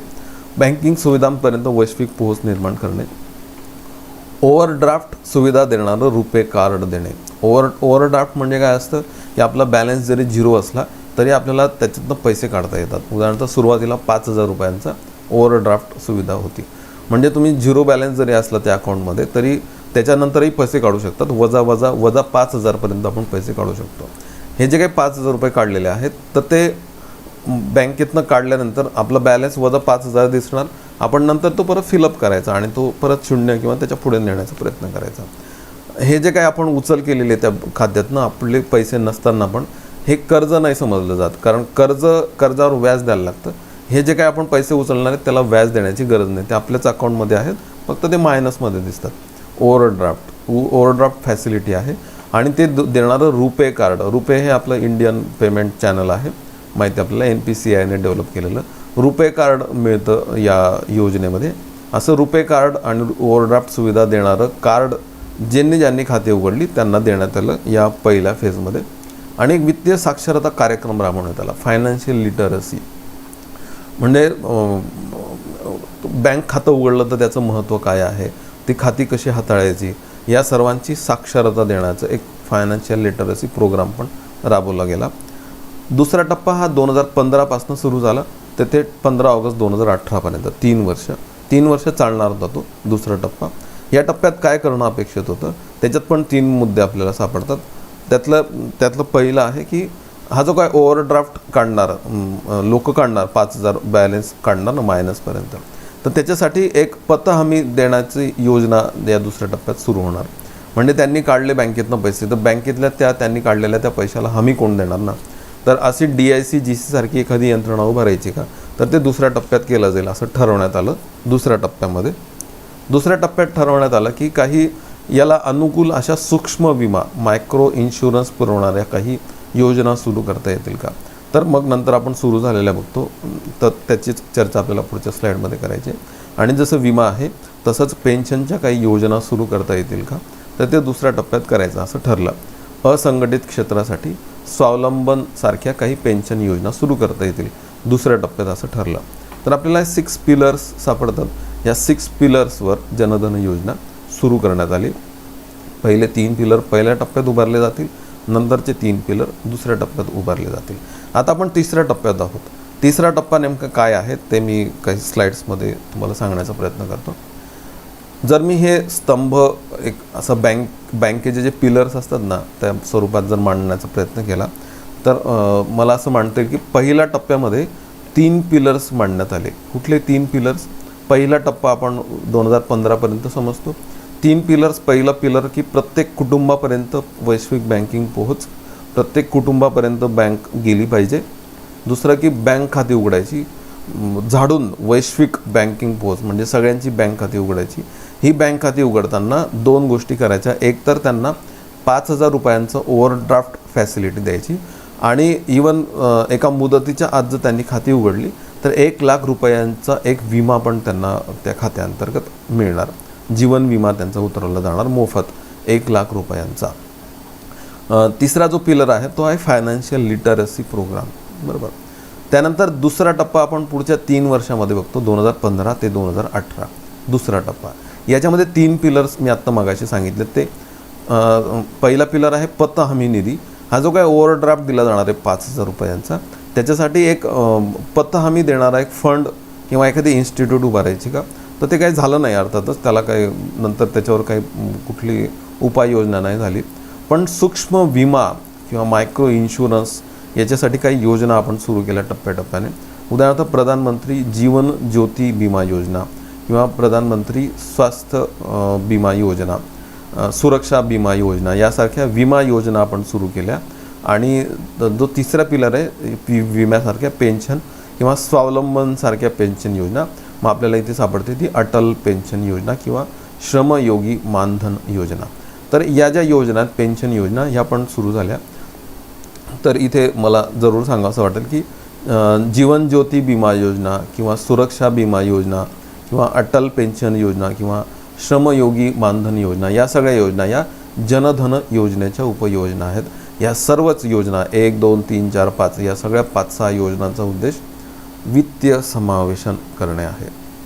आपण आत्ता अलीकडे तिसरा टप्पा सुरू केलेला आहे 15 ऑगस्ट 2018 नंतर, आणि हे आत्ताच्या परीक्षांसाठी खूप महत्त्वाचं मी समजतो. तिसरा टप्पा 15 ऑगस्ट 2018 नंतर सुरू झालेला तिसरा टप्पा काय? तिसऱ्या टप्प्यामध्ये आपण हे जे पहिले 2 पिलर्स आहेत ना त्यामध्ये थोडं मॉडिफाय केलेत. ते काय केलं आहे आपण, तर वैश्विक बँकिंग पोहोच ही जी पोहोच आहे ना आपण तिला तर वाढीव केलं आहे. वाढीव म्हणजे काय, प्रत्येक कुटुंबापर्यंत पोहोचण्यापेक्षा आत्ता कुटुंबातला प्रत्येक प्रौढापर्यंत पोहोचणं आवश्यक आहे. म्हणजे एका कुटुंबातल्या एकाचंच खातं नाही उघडायचं आत्ता, तिथे प्रौढ जेवढे असतील ना 18 वर्षाच्या पुढे त्या सगळ्यांचीच खाती उघडायची, त्या सगळ्यांनाच बँकेशी जोडायचं, असं आपण वाढीव टार्गेट ठेवलेलं आहे तिसऱ्या टप्प्यासाठी. दुसरं, हे जे बँक खाते आहेत ते बँक खात्यामध्ये आपण आत्ता हे जे ओव्हरड्राफ्ट अधिकर्ष आहे ना ते वाढीव केलं आहे, आणि हा जो विमा आहे तो पण वाढीव केला आहे. काय केलं आपण, 5,000 जो ओव्हरड्राफ्ट होता ना तो आपण आता 10,000 रुपये केलेला आहे. म्हणजे ओव्हरड्राफ्ट फॅसिलिटी आता 10,000 रुपयाची मिळेल, आणि 1,00,000 रुपयाचा जो विमा होता तो आता 2,00,000 रुपये करण्यात आला. ठीक आहे, तर हे आहे तिसऱ्या टप्प्याचं. म्हणजे कुटुंबापर्यंत नाही, प्रौढांपर्यंत 5,000 नाही 10,000 रुपये ओव्हरड्राफ्ट, 1,00,000 रुपये नाही तर 2,00,000 रुपयांचा विमा सवलत. तर हे तिसरा टप्पा आहे. या 3 टप्प्यांच्या माध्यमातून आपल्याला जनधन योजनेचा अभ्यास करता येतो. ठीक आहे. तर MPSC पूर्व परीक्षेसाठी महत्त्वाची योजना, MPSC मेन्समध्ये पण पेपर 3 पेपर 4 दोन्ही ठिकाणी महत्त्वाची आहे. कंबाईनमध्ये पण ही योजना महत्त्वाची ठरते. जे मी आता जॅम म्हटलं ना, तर ही त्रिसूत्री दर्शवणारं हे चित्र आहे. जॅम, जे म्हणजे जनधन, ए म्हणजे आधार आणि एम म्हणजे मोबाईल. सगळ्यांची आता जनधन खाती उघडली गेली आहेत, उघडली जात आहेत. सगळ्यांचा आधार कार्ड क्रमांक आहे, सगळा तो डेटाबेस नवीन निर्माण झालेला आहे आणि सर्वांकडे मोबाईलच आहेत. मोबाईलवर बँक सुविधा उपलब्ध आहेत. मोबाईल क्रमांक बँक खात्याशी जोडला गेलेला आहे. हे याला म्हणतो आपण जॅम, JAM जॅम. हे जे काही जॅम आहे हे पुढच्या एका क्रांतिकारक एका टप्प्याकडे आपण वळतो आहे याच्या माध्यमातून. हे केलं ना तर DBT हे सक्सेस होणार आहे आणि गळती थांबणार आहे आणि सगळ्यात महत्त्वाचं म्हणजे खड्ड्यात राहिलेले लोक वित्तीय समावेशन होऊन वर येणार आहे.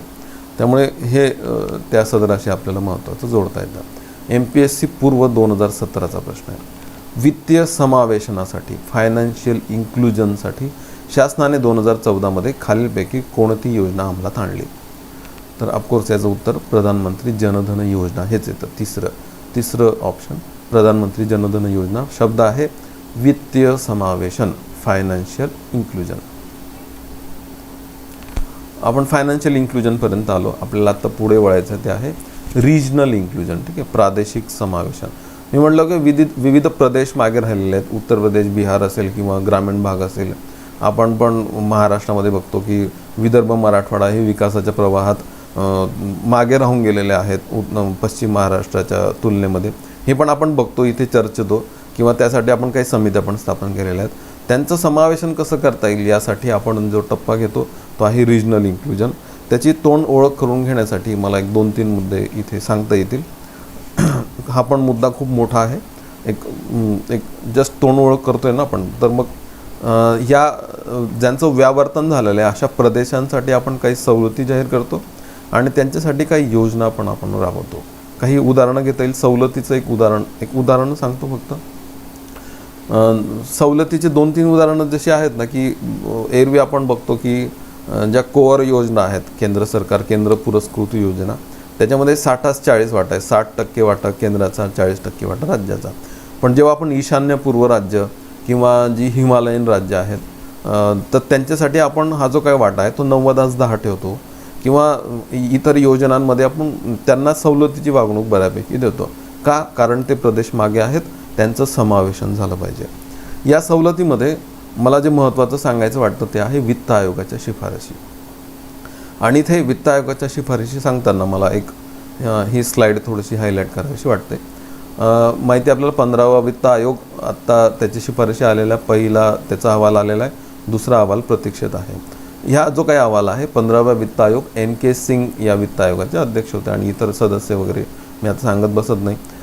2020 ते 2025 या 5 वर्षांच्या कालावधीसाठी केंद्राला जर एक विभाजन योग्य कर मिळाले तर त्याच्यातला किती वाटा राज्यांना दिला पाहिजे याची शिफारस करण्यासाठी हे वित्त आयोग स्थापन होतात. या वित्त आयोगाने तूर्त तरी फक्त एका वर्षासाठी 2020 ते 2021 या एकाच पहिल्या आर्थिक वर्षासाठी शिफारशी करताना एक निकष सुचवलेले आहेत. तर निकष थोडक्यात सांगण्याचा प्रयत्न करतो कारण थोडं करंट अफेअर म्हणून ते आपल्याला थोडंसं लागेल. NK सिंग यांच्या अध्यक्षतेखालील 15वा वित्त आयोग सांगतो की केंद्राला जेवढा कर गोळा होईल विभाजन योग्य कर म्हणजे शेअरेबल टॅक्सेस, त्यातला 41% वाटा राज्यांना देऊन टाकायचा. ह्या 41% वाट्याचा जर राज्यांमध्ये हॉरिझॉन्टल डिव्होल्युशन करायचं असेल, राज्यांमध्ये वाटणी करायची असेल तर लोकसंख्या 2011च्या लोकसंख्येला 15% वेटेज द्यायचं. जनसांख्यिकीय कामगिरी म्हणजे प्रत्येक राज्य, प्रत्येक केंद्रशासित प्रदेश हे तिथल्या राज्यच येणार अर्थात तिथे प्रत्येक राज्य हे लोकसंख्या आटोक्यात आणण्यासाठी काय करतंय किंवा जनसांख्यिकीचे जे विविध आकडे आहेत त्याच्यामध्ये त्यांची कामगिरी कशी आहे त्याला 12.5% त्याचा विचार करायचा, त्याला वेटेज द्यायचं. उत्पन्न दुरावा म्हणजे सर्वाधिक उत्पन्न ज्याचं आहे, उदाहरणार्थ महाराष्ट्राचं उत्पन्न सर्वाधिक असतं दरडोई उत्पन्न, त्याच्यापेक्षा त्या राज्याचं उत्पन्न किती दूर आहे ते डिस्टन्स मोजायचं, त्याला 45% वेटेज द्यायचं. त्या राज्याच्या क्षेत्रफळाला 15% वेटेज द्यायचं.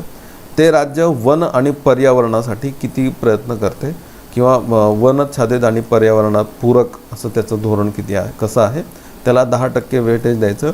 आणि कर गोळा करण्यासाठी तिथे कशी शिस्त आहे, कर प्रयत्न कसे आहेत, FRBM सारखे कायदा केलेले आहेत का, त्याची अंमलबजावणी होते का, याला 2.5% वेटेज द्यायचं. असा विचार केला तर राज्यांमध्ये वाटणी करण्याचं त्यांनी काही सूत्र सुचवलेले आहेत. ही सूत्र सुचवताना हे सूत्र सांगण्याच्या आधी मला 1-2-3 मुद्दे सांगायचे आहेत. 14व्या वित्त आयोगाने हा वाटा 42% सांगितला होता, 42%. पण आपण एक लेटेस्ट डेव्हलपमेंट अशी बघतो की हे जे जम्मू काश्मीर राज्य होतं ते आता केंद्रशासित प्रदेश झालेत आणि 2 झालेत. आणि यांना जो वाटा मिळेल तो केंद्राच्या तिजोरीतनं मिळणार ना थेट. आता तो राज्यांचा वाटा नाही, तो केंद्राच्या तिजोरीतनं वाटा मिळणार, कारण आता ते केंद्रशासित प्रदेश आहेत. मग त्यांना केंद्रशासित प्रदेश समजलं आणि त्यांना थेट केंद्राच्याच तिजोरीतनं जर आत्ता खर्च करायचं ठरवलं तर 1% लागेल त्यांना, असं आपण समजू शकतो की 1% लागेल त्यांना. मग 1% जर वजा केलं आणि मागच्या वित्त आयोगाने जर 42% सांगितलेले तर 42मधनं 1 वजा केला तर उरतं 41. मग 41% वाटा हा या राज्यांना द्यायचा.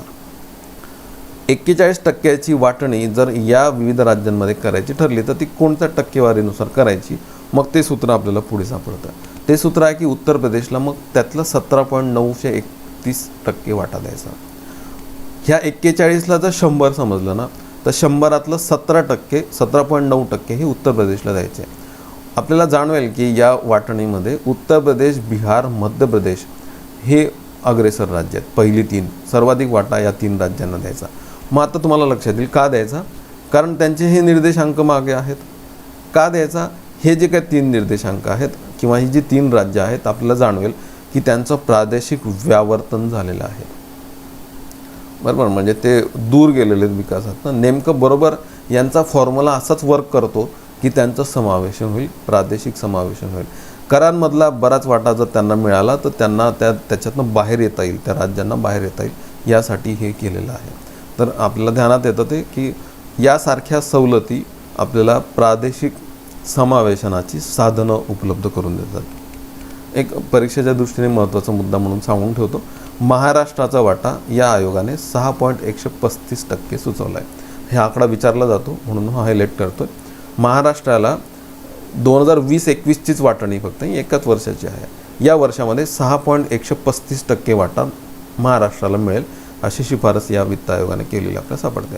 आता 2021 ते 2025 या पुढच्या 4 वर्षांसाठी वाटणी कशी करायची त्याचा अहवाल नंतर येणार आहे. तो अहवाल प्रतीक्षित आहे, म्हणून या आयोगाची मुदत पण वाढवून देण्यात आलेली आहे. आपण बघितलं सवलत, आपल्याला आत्ता बघायचं योजना. हा जो काही घटक आहे, हा जो गट आहे, त्यासाठी आपण काही योजना राबवतो. एक उदाहरणादाखल मला एक योजना सांगता येईल. योजना आहे महत्त्वाकांक्षी जिल्हा कार्यक्रम. इंग्लिशमध्ये ॲस्पिरेशनल डिस्ट्रिक्ट्स प्रोग्राम असं नाव आहे. पूर्वी एक राष्ट्रीय समविकास योजना नावाची एक योजना होती, किंवा मागास जिल्हे विकास कार्यक्रम किंवा अनुदान योजना असे काही योजना होत्या. आत्ता आपण एक नवीन योजना लॉन्च झालेली बघतो 5 जानेवारी 2018ला. पंतप्रधान मोदीजी ॲड्रेस करतात मॉबला आणि त्यांना त्या योजनेची माहिती सांगतात. ही योजना आहे aspirational districts programme. Aspirational districts म्हणजे मराठीमध्ये आपण किंवा हिंदीत पण म्हटले त्यांना महत्त्वाकांक्षी जिल्हा कार्यक्रम. असे काय केलं की नीती आयोगाने देशभरामधले असे 115 जिल्हे निवडलेले आहेत, जे जिल्हे विकासाच्या बाबतीमध्ये मागे राहिलेले आहेत. 115 जिल्हे म्हणजे आपण तो जो खड्डा इमेजिन केला आहे ना, तर 115 जिल्हे खड्ड्यात आहेत. त्यांचा विकास झाला पाहिजे, त्यांना वर आणलं पाहिजे, प्रादेशिक समावेशन केलं पाहिजे. हे 115 जिल्हे ॲस्पिरेशनल डिस्ट्रिक्ट्स म्हणून ओळखले जातात. इथे काही नमुना दाखवलेत. महाराष्ट्रातलं नंदुरबारसारखे जिल्हे इथे सापडतात आपल्याला, महत्त्वाकांक्षी जिल्हे. यांचं समावेशन केलं तर ते समावेशन होतील आणि ते वर येतील. तर तीव्र परिवर्तन करून प्रादेशिक विकासात संतुलन साधणे या योजनेचं उद्दिष्ट आहे. हा कार्यक्रम नीती आयोगाने सुचवलेला आहे आणि हे डिस्ट्रिक्ट्स नीती आयोगाने सुचवलेले आहेत. अर्थातच हा फिक्स आकडा नाही, 115 टप्प्याटप्प्याने याच्यात भर होत जाणार किंवा घट पण होत जाणार. पण ही योजना जेव्हा 5 जानेवारी 2018ला लॉन्च झाली तेव्हा 115 जिल्हे आपल्याला त्याच्यामध्ये सापडतात. तर हे जे काही योजना, यासारख्या योजना राष्ट्रीय समविकास योजनेसारख्या योजना किंवा आपण जे 90-10 वाटा देतो ईशान्यपूर्व राज्यांना, हे सगळे मुद्दे आपल्याला ज्या सदरात टाकता येतात ते सदर आहे प्रादेशिक समावेशन. ठीक आहे. पुढचा मुद्दा आपल्याला बघता येतो आता सोशल इन्क्लुजन, सामाजिक समावेशन. खरं तर सामाजिक समावेशन हा खूप मोठा मुद्दा आहे. सामाजिक समावेशन करताना आपल्याला बालकांपासून अगदी सुरुवात करता येते. बालक, महिला, वृद्ध, अपंग, मागासवर्ग, अनुसूचित जाती, अनुसूचित जमाती, अल्पसंख्याक या सर्वच गटांचा विकास करणे, त्यांना समावेशनाच्या विकासाच्या प्रवाहात आणणे, या सर्वच बाबींना आपण सामाजिक समावेशन या सदराखाली टाकू शकतो. त्यामुळे तुम्हाला ध्यानात येईल की हा खूप मोठा सिलेबस आहे, खूप मोठा मुद्दा आहे. पेपर 3 राज्यसेवेचा जो सिलेबस आहे ना, त्याच्यामध्ये मग आपल्याला याचं खूप मोठं इलॅबोरेशन आढळतं. तर इथे एक रिप्रेझेंट करण्यासाठी 2-3 मुद्दे मला फक्त इथे सांगायचे की जे पूर्वला मला थोडेसे उपयोगात येतील. हा जो काही गट आहे सामाजिक गट, त्याच्या सामाजिक सुरक्षेच्या योजना आणि त्यांना लागणाऱ्या काही विमा आणि पेन्शनच्या योजना, ज्याची नावं मी आत्ता मगाशी उच्चारली, तर त्या योजना सामाजिक समावेशन या सदराखाली टाकता येतात. तर थोड्याचं ओळख म्हणून आपल्याला 2-3 मुद्दे याच्याशी बघता येतील. खरं तर बालकांपासनं तर अगदी अल्पसंख्याकपर्यंत आपल्याला विविध योजना याच्यात शिकणं अपेक्षित आहे. पण आपण एक तोंड ओळख म्हणून 2-3 योजनांची इथे ओळख करून घेऊया. तर सामाजिक सुरक्षेच्या काही योजना आपण चर्चा करूया. आणि सामाजिक सुरक्षा देणारी एक महत्त्वाची योजना आपल्याला सांगता येते, ते आहे राष्ट्रीय सामाजिक सहाय्य योजना. 15 ऑगस्ट 1995, तुम्हाला मागचं लेक्चर आठवत असेल, 8वी पंचवार्षिक योजना. या दिवशी 2 योजना सुरू झाल्या. 15 ऑगस्ट 1995ला राष्ट्रीय सामाजिक सहाय्य योजना पण सुरू झाली आणि तिकडे मध्यान्ह आहार योजना पण सुरू झाली, मधल्या सुट्टीमध्ये पोषण आहार देणारी. इथे आपल्याला चर्चा करायची राष्ट्रीय सामाजिक सहाय्य योजनेपर्यंत. या योजनेचे 4 लक्ष्य गट आहेत: विधवा, अपंग, निराधार आणि वृद्ध. ठीक आहे. तर हे जे काही गट आहेत त्या गटांना, ते गट अर्थातच त्या खड्ड्यात राहणार, कारण आधार नाही किंवा आधारहीन ही कुटुंब असणार आहेत. तर या कुटुंबांना आधार देणारी, सामाजिक सुरक्षा पुरवणारी ही योजना आहे. मग योजनेचं नाव आहे राष्ट्रीय सामाजिक सहाय्य योजना. त्याचा उद्देश त्या शब्दातच सापडतो, आर्थिक तथा सामाजिक सहाय्य करणे, त्यांचं सामाजिक समावेशन करणे. ठीक आहे. हा या योजनेचा मुख्य उद्देश आहे.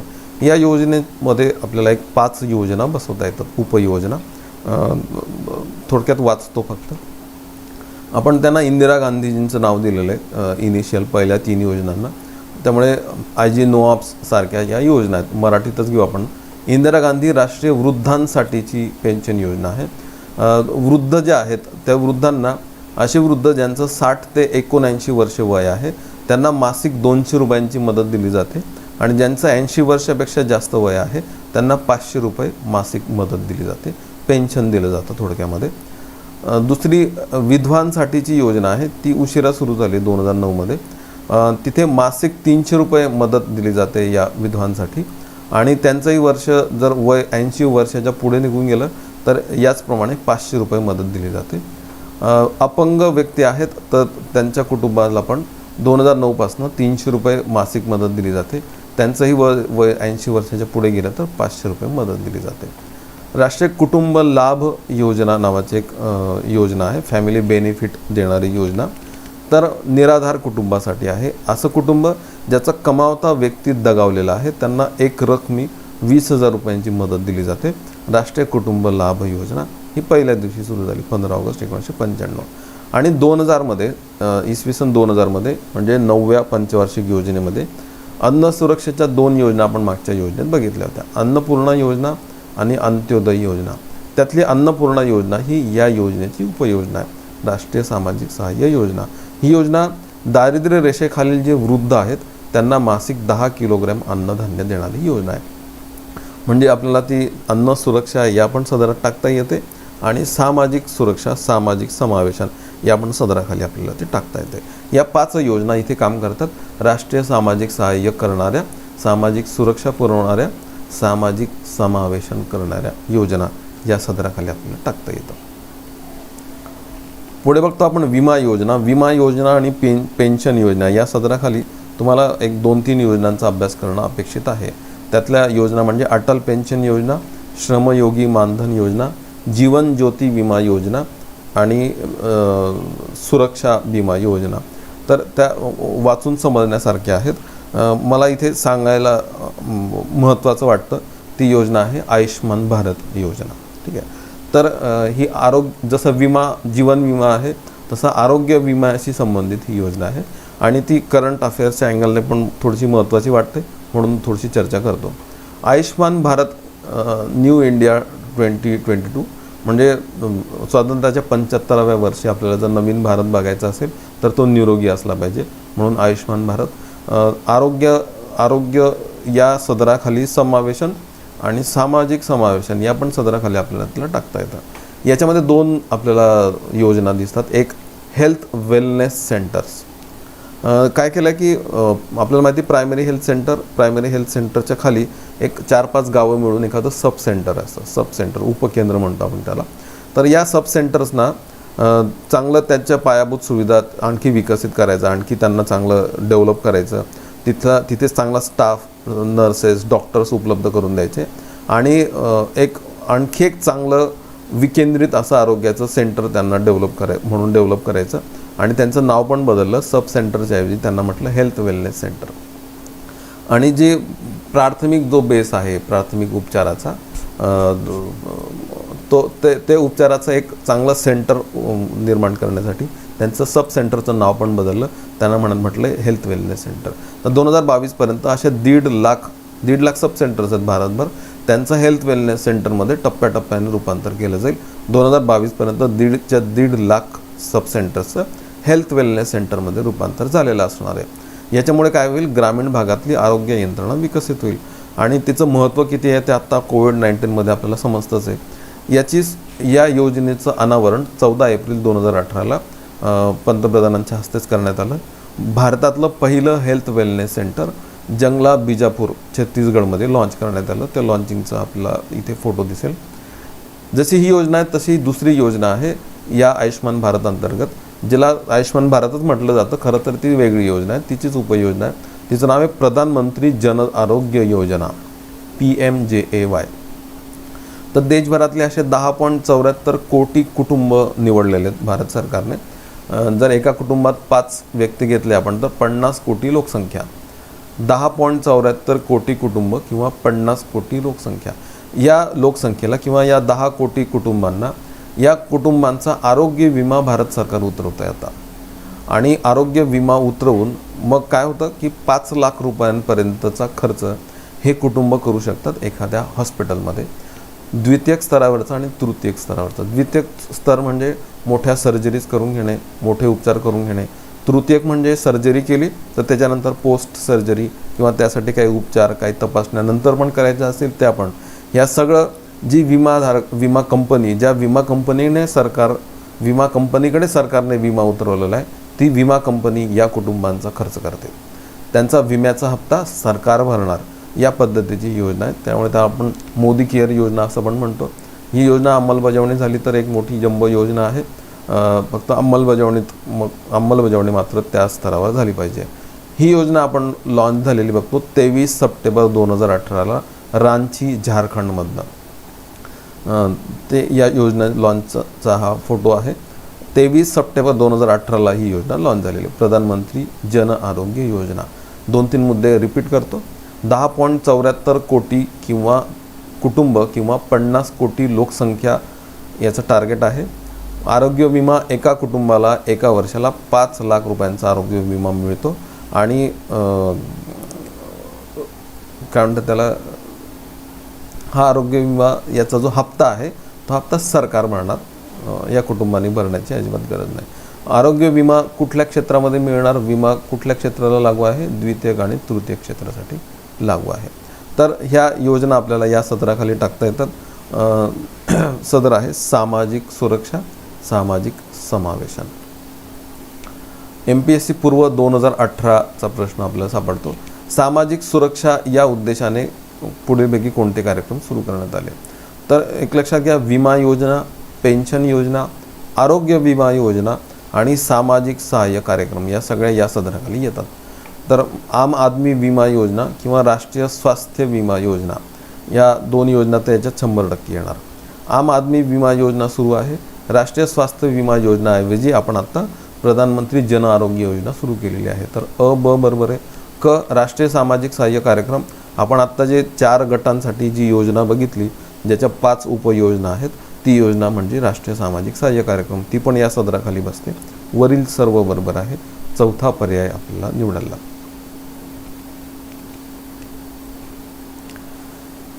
आपण सामाजिक समावेशनापर्यंत येतो.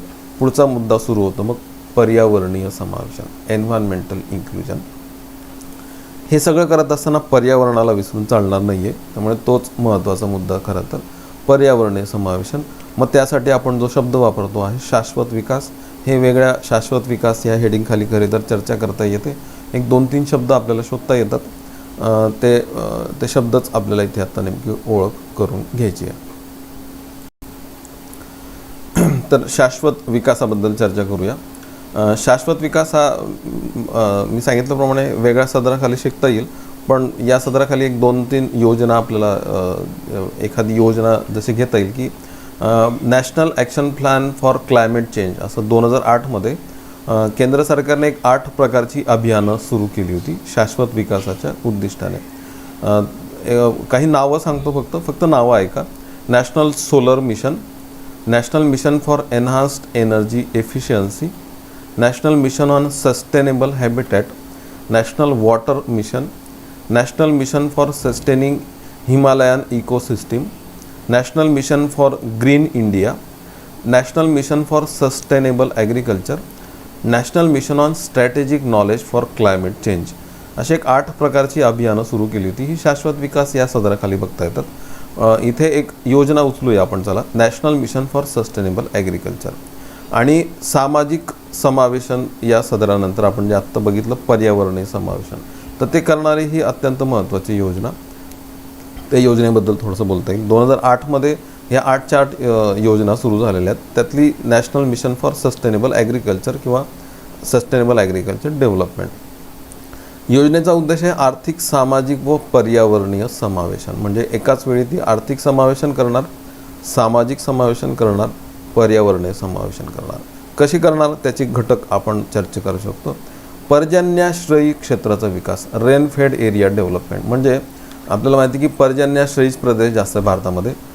कोकण वगळला की आपण जसं आपण पूर्वेकडे सरकतो सह्याद्रीच्या, तसं आपल्याला पर्जन्याश्रयी क्षेत्र सापडत जातं आणि तिथे नेमकी पावसाची कमतरता कमी.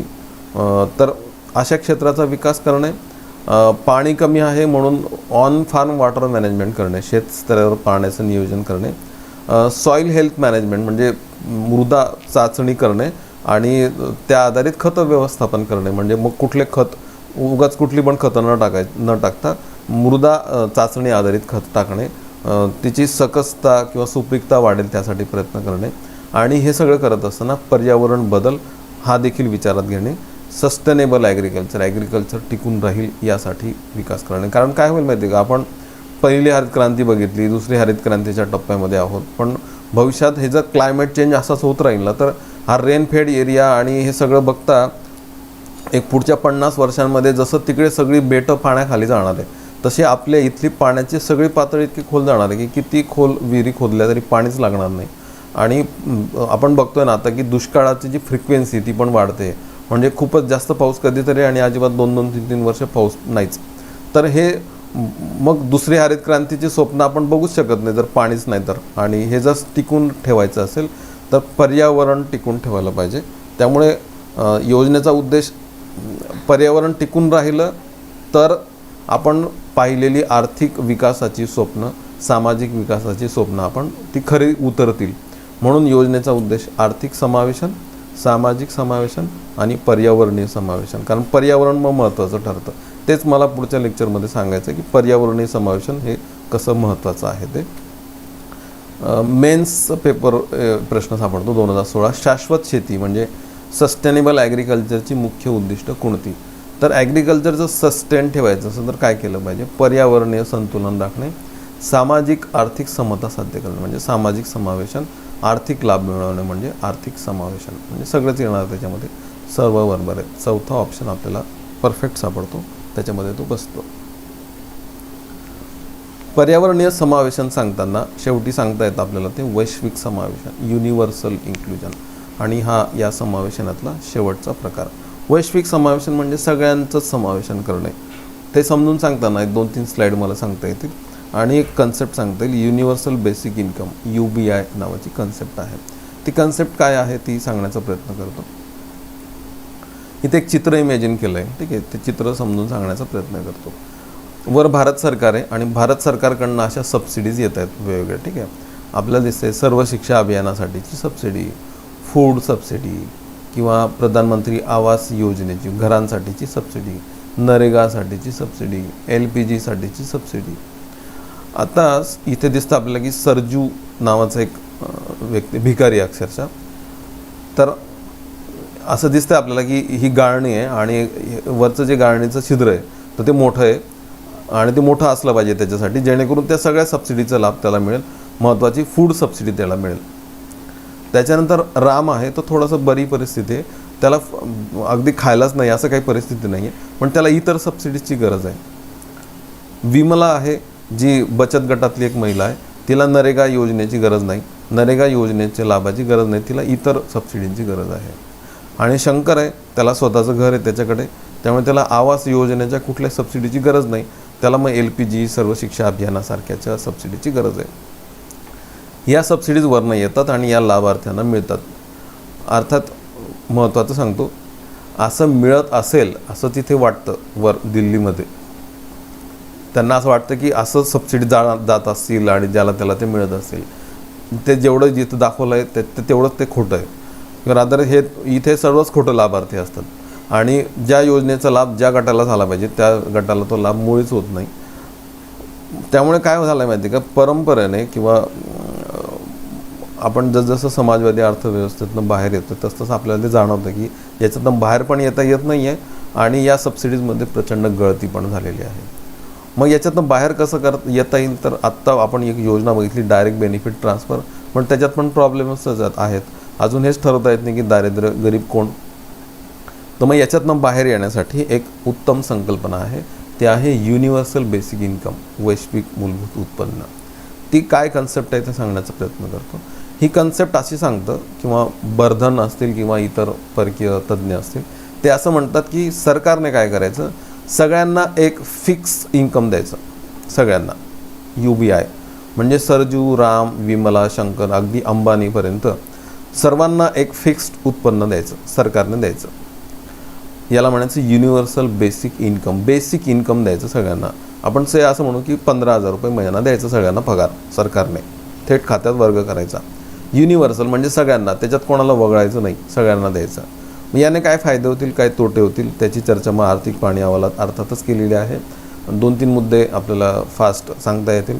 फायदा काय होईल माहिती आहे की यांना, या सर्वांना जो लाभ मिळेल युनिव्हर्सल बेसिक इन्कमचा, तर ते त्यांची प्रायोरिटी ठरवू शकतात. उदाहरणार्थ शंकरला असं वाटेल की हे मिळणारं उत्पन्न माझ्या मुलांच्या शिक्षणासाठी खर्च करायचं, अन्न फूड सबसिडीवर तो खर्च करण्याची गरज नाही.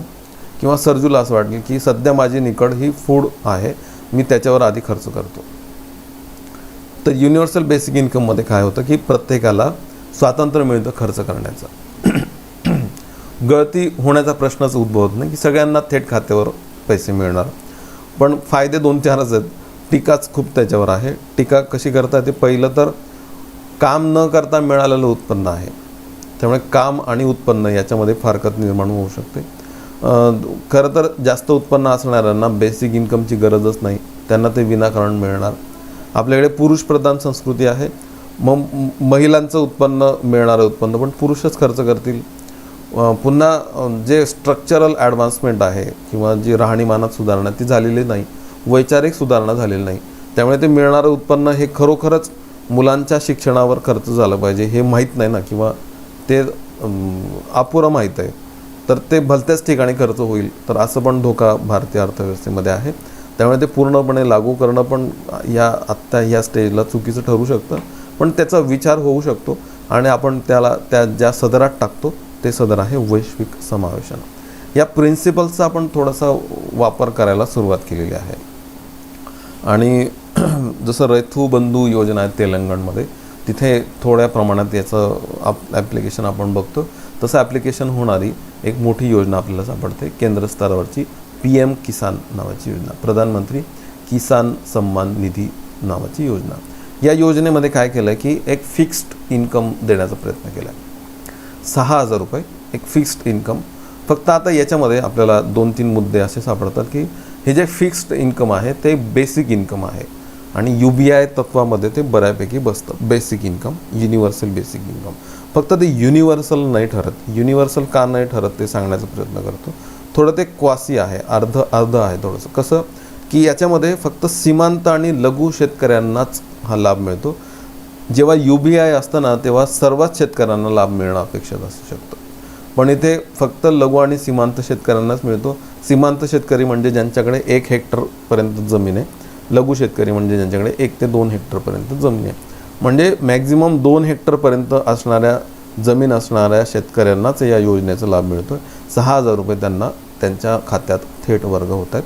तर UBI या संकल्पनेत थोडं अर्धवट बसणारी ही योजना आहे PM किसान योजना. ठीक आहे, तर त्याचे काही मुद्दे आपल्याला बघता येतील. 24 फेब्रुवारी 2019ला गोरखपूर इथून ही योजना सुरू झाली. शेतकऱ्यांचं उत्पन्न वाढलं पाहिजे आणि त्यांना पिकांसाठी जी आदानं म्हणजे इनपुट्स लागतात ना, म्हणजे उदाहरणार्थ बियाणं, तर ते खरेदी करण्यासाठी त्यांच्याकडे पैसे उपलब्ध पाहिजे म्हणून हा लाभ दिला जातो. वार्षिक 6,000 रुपये आहे प्रति कुटुंब आणि 3 टप्प्यांमध्ये म्हणजे दर 4 महिन्यांमध्ये तो थेट खात्यामध्ये वर्ग केला जातो. ठीक आहे. 24 फेब्रुवारी 2019ला ऑफिशियली लॉन्च झालेली, त्याच्या आधीच्या बजेटमध्ये सांगितलेली पण ऑफिशियली 24 फेब्रुवारी 2019ला लॉन्च झालेली ही योजना आहे. आणि ती UBI किंवा वैश्विक समावेशन याच्यात थोडं का होईना पण ती त्या सदराखाली आपल्याला टाकता येते. या UBIची 3 तत्व आहेत. एक युनिव्हर्सॅलिटी. युनिव्हर्सॅलिटी म्हणजे वैश्विकता. म्हणजे हे जे काय UBIचा लाभ आहे ना केंद्राकडनं लाभार्थ्याला देणार, तर तो सगळ्यांनाच मिळाला पाहिजे. युनिव्हर्सॅलिटी असली पाहिजे त्याच्यामध्ये. आपल्याला दिसतं की आत्ता जे PM किसान योजना आपण आत्ता बघितली तर त्याच्यामध्ये युनिव्हर्सॅलिटी नाही आहे. लघु आणि सीमांत शेतकऱ्यांनाच ते मिळतं. अनकंडिशनॅलिटी म्हणजे त्याच्यामध्ये कुठली अट नसली पाहिजे, अटीविना असलं पाहिजे. म्हणजे याला मिळणार त्याला मिळणार नाही किंवा त्याला मिळायचं असेल तर त्याचं उत्पन्न एवढंच असलं पाहिजे वगैरे अशी कुठलीच कंडिशन त्याच्यामध्ये नसली पाहिजे. म्हणजे UBI हे युनिव्हर्सल असतं, अनकंडिशनल असतं. आणि एजन्सी असा एक तिसरा त्याचं पिलर आहे. एजन्सी म्हणजे याच्यामध्ये काय होतं की ज्याला हा लाभ मिळतो म्हणजे सरजूला मिळाला, समजा सरजूला हा जो लाभ मिळाला तर सरजूला स्वातंत्र्य मिळतं की हा 15,000 रुपये मिळणारा लाभ हा खर्च कुठे करायचा याचं स्वातंत्र्य त्याला मिळतं. तोच सरकारचा एजंट होऊन जातो जणू काही. आणि मग तो ठरवतो की मी प्रायोरिटी देणार आधी अन्नधान्य खरेदी करायला, आधी मी पोटभर जेवण घ्यायला प्राधान्य देईल, नंतर मग शिक्षणात देईल, नंतर मग मी आरोग्याला देईल. असं प्रत्येकाला स्वतःचं प्राधान्य ठरवता येईल. ते एजंट म्हणून काम करतील एक प्रकारे. एजन्सी हा त्याचं तिसरं तत्व आहे. तर या तत्वांवर UBI काम करतं. आर्थिक पाहणी अहवालामध्ये याची बऱ्यापैकी चर्चा झालेली आपल्याला दिसते. तर PSA कंबाईनला पण याच्यावर प्रश्न विचारला गेला की UBI युनिव्हर्सल बेसिक इन्कम हे याच्यामध्ये कुठले 3 घटक आहेत. तर युनिव्हर्सल असले पाहिजे, अनकंडिशनल असलं पाहिजे आणि एजन्सी हा त्याचा तिसरा पिलर आहे. तर वरीलपैकी सर्व आपल्याला याचं उत्तर सापडतं. चौथा ऑप्शन आपल्याला याच्यामधला सापडतो. तर आपण या स्लाइड्समध्ये एक 6 प्रकारचे समावेशन बघितले. नावं सांगतो पुन्हा. आर्थिक समावेशन, वित्तीय समावेशन, प्रादेशिक समावेशन, सामाजिक समावेशन, पर्यावरणीय समावेशन आणि वैश्विक समावेशन. मग आपल्याला 11व्या आणि 12व्या योजनेमध्ये शिरता येतं. हे समजलं असेल तर, हे समजलं जर असेल तुम्हाला तर 11व्या योजनेचं नाव आपल्याला समजतं. 11व्या योजनेचं नाव हे पहिल्या 4 योजना समाविष्ट करणारं आहे. गतिशील म्हणजे आर्थिक वाढ, आर्थिक समावेशन करणारं, फास्टर GDP वाढवणारं आणि ज्यांचं व्यावर्तन झालेलं आहे त्यांचं समावेशन करणारं, अधिक समावेशक विकास. 11व्या पंचवार्षिक योजनेचं नाव आहे गतिशील आणि अधिक समावेशक विकास, towards faster and more inclusive development. म्हणजे हा सिलेबसच आहे आपला 11व्या योजनेचा नाव हाच आपला खरा सिलेबस आहे. अधिक समावेशक विकास, इन्क्लुझिव्ह डेव्हलपमेंट. हा अधिक झाला पाहिजे खरं तर, हे ध्यानात यायला लागलं. आणि पर्यावरणाचं समावेशन राहतं आहे हे पण ध्यानात यायला लागलं. त्यामुळे 12व्या योजनेमध्ये आपण इथपर्यंत आलो. म्हणजे 12व्या योजनेमध्ये आपण पहिले 4 आहेच, 5वं पण टाकलं आपण. आणि 5व्यासाठी जो शब्द आपण टाकला आहे तो आहे शाश्वत विकास. पर्यावरणासाठी आपण जो शब्द टाकला तो आहे शाश्वत विकास. त्यामुळे 12व्या योजनेचं नाव सापडतं आपल्याला गतिशील, तेच इथे आहे गतिशील, अधिक समावेशक आणि शाश्वत पर्यावरण शाश्वत विकास. 12व्या योजनेचं नाव मिळतं आपल्याला गतिशील, अधिक समावेशक आणि शाश्वत विकास, faster, more inclusive and sustainable growth. नवीन सरकारने 13वी योजना सुरू केली असती समजा, किंवा त्यांचा जो नॅशनल डेव्हलपमेंट अजेंडा आहे त्याच्यामध्ये आपल्याला वैश्विक समावेशन हा पण मुद्दा सापडतो. 13वी योजना सुरू झाली असती तर त्याच्यामध्ये हा शब्द कदाचित राहिला असता, वैश्विक समावेशनाकडे. पण 13वी योजना सुरू झाली नाही तर ते कसं थांबलं ते आपण ऑलरेडी बघितलेलंच आहे. मागच्या आर्थिक नियोजन या सदराखाली आपण 10व्या पंचवार्षिक योजनेपर्यंत अभ्यास केला होता. आपल्याला आता एक थोडीशी फक्त ओळख करून घ्यायची 11व्या आणि 12व्या योजनेपर्यंत. ठीक आहे, 3-3, 4-4 स्लाइड्स दाखवून त्या योजनांची थोडीशी माहिती सांगण्याचा प्रयत्न करतो. 11वी योजना आपल्याला सापडते 2007 नंतर सुरू झालेली आणि 2012पर्यंत ही योजना चाललेली. आणि दोन्ही सिंग, मी सांगतो मागे पण मी म्हटलो की मनमोहन सिंगजी पंतप्रधान होते आणि मॉन्टेक-सिंग अहलुवालिया ही नियोजन आयोगाचे उपाध्यक्ष होते. आणि या काळामध्ये ही जे काही 11वी पंचवार्षिक योजना राबवली गेलेली 2007 ते 2012, त्याचे काही मुद्दे आपल्याला वाचता येतात की गतिशील आणि समावेशक विकास, म्हणजे towards faster and more inclusive growth किंवा डेव्हलपमेंट, असे दोन सर्वच शब्द आपल्याला त्याच्यामध्ये सापडतात. 2007मध्ये 11वी पंचवार्षिक योजना सुरू झाली. या योजनेवर देखील मिलेनियम डेव्हलपमेंट गोल्सचा परिणाम झालेला आहे.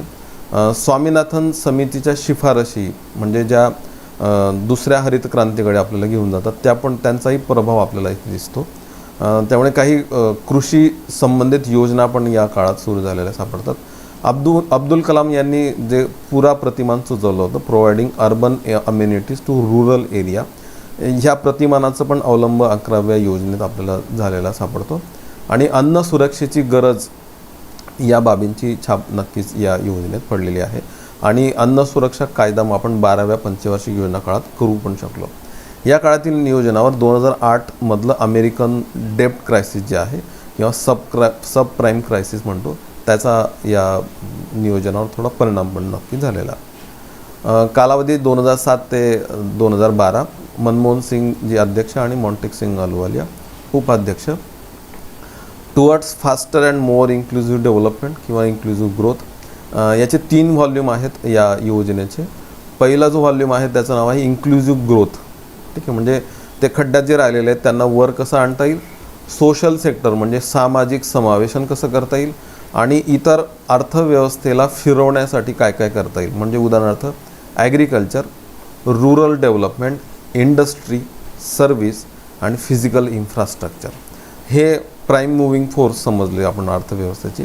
तर हे फिरवलं तर हे काय करतील, फास्ट करतील इकॉनॉमीला. आणि हे पहिले 2 करतील इन्क्लुझिव्ह करतील, म्हणून फास्टर मोर इन्क्लुझिव्ह डेव्हलपमेंट. तर 3 खंडांमध्ये 11वी पंचवार्षिक योजना प्रकाशित झाली होती आणि ती सक्सेसफुली इम्प्लिमेंट पण झालेली 2012पर्यंत. कारण स्थिर सरकार होतं, कुठलेही सत्ता बदल वगैरे आपण त्या काळात बघितलेलं नाही, सगळं आलबेल चाललेलं होतं. फक्त याच्या शेवटच्या 2-3 वर्षामध्ये आपण थोडीशी चलनवाढ मात्र नक्कीच आपल्याला बघायला मिळते.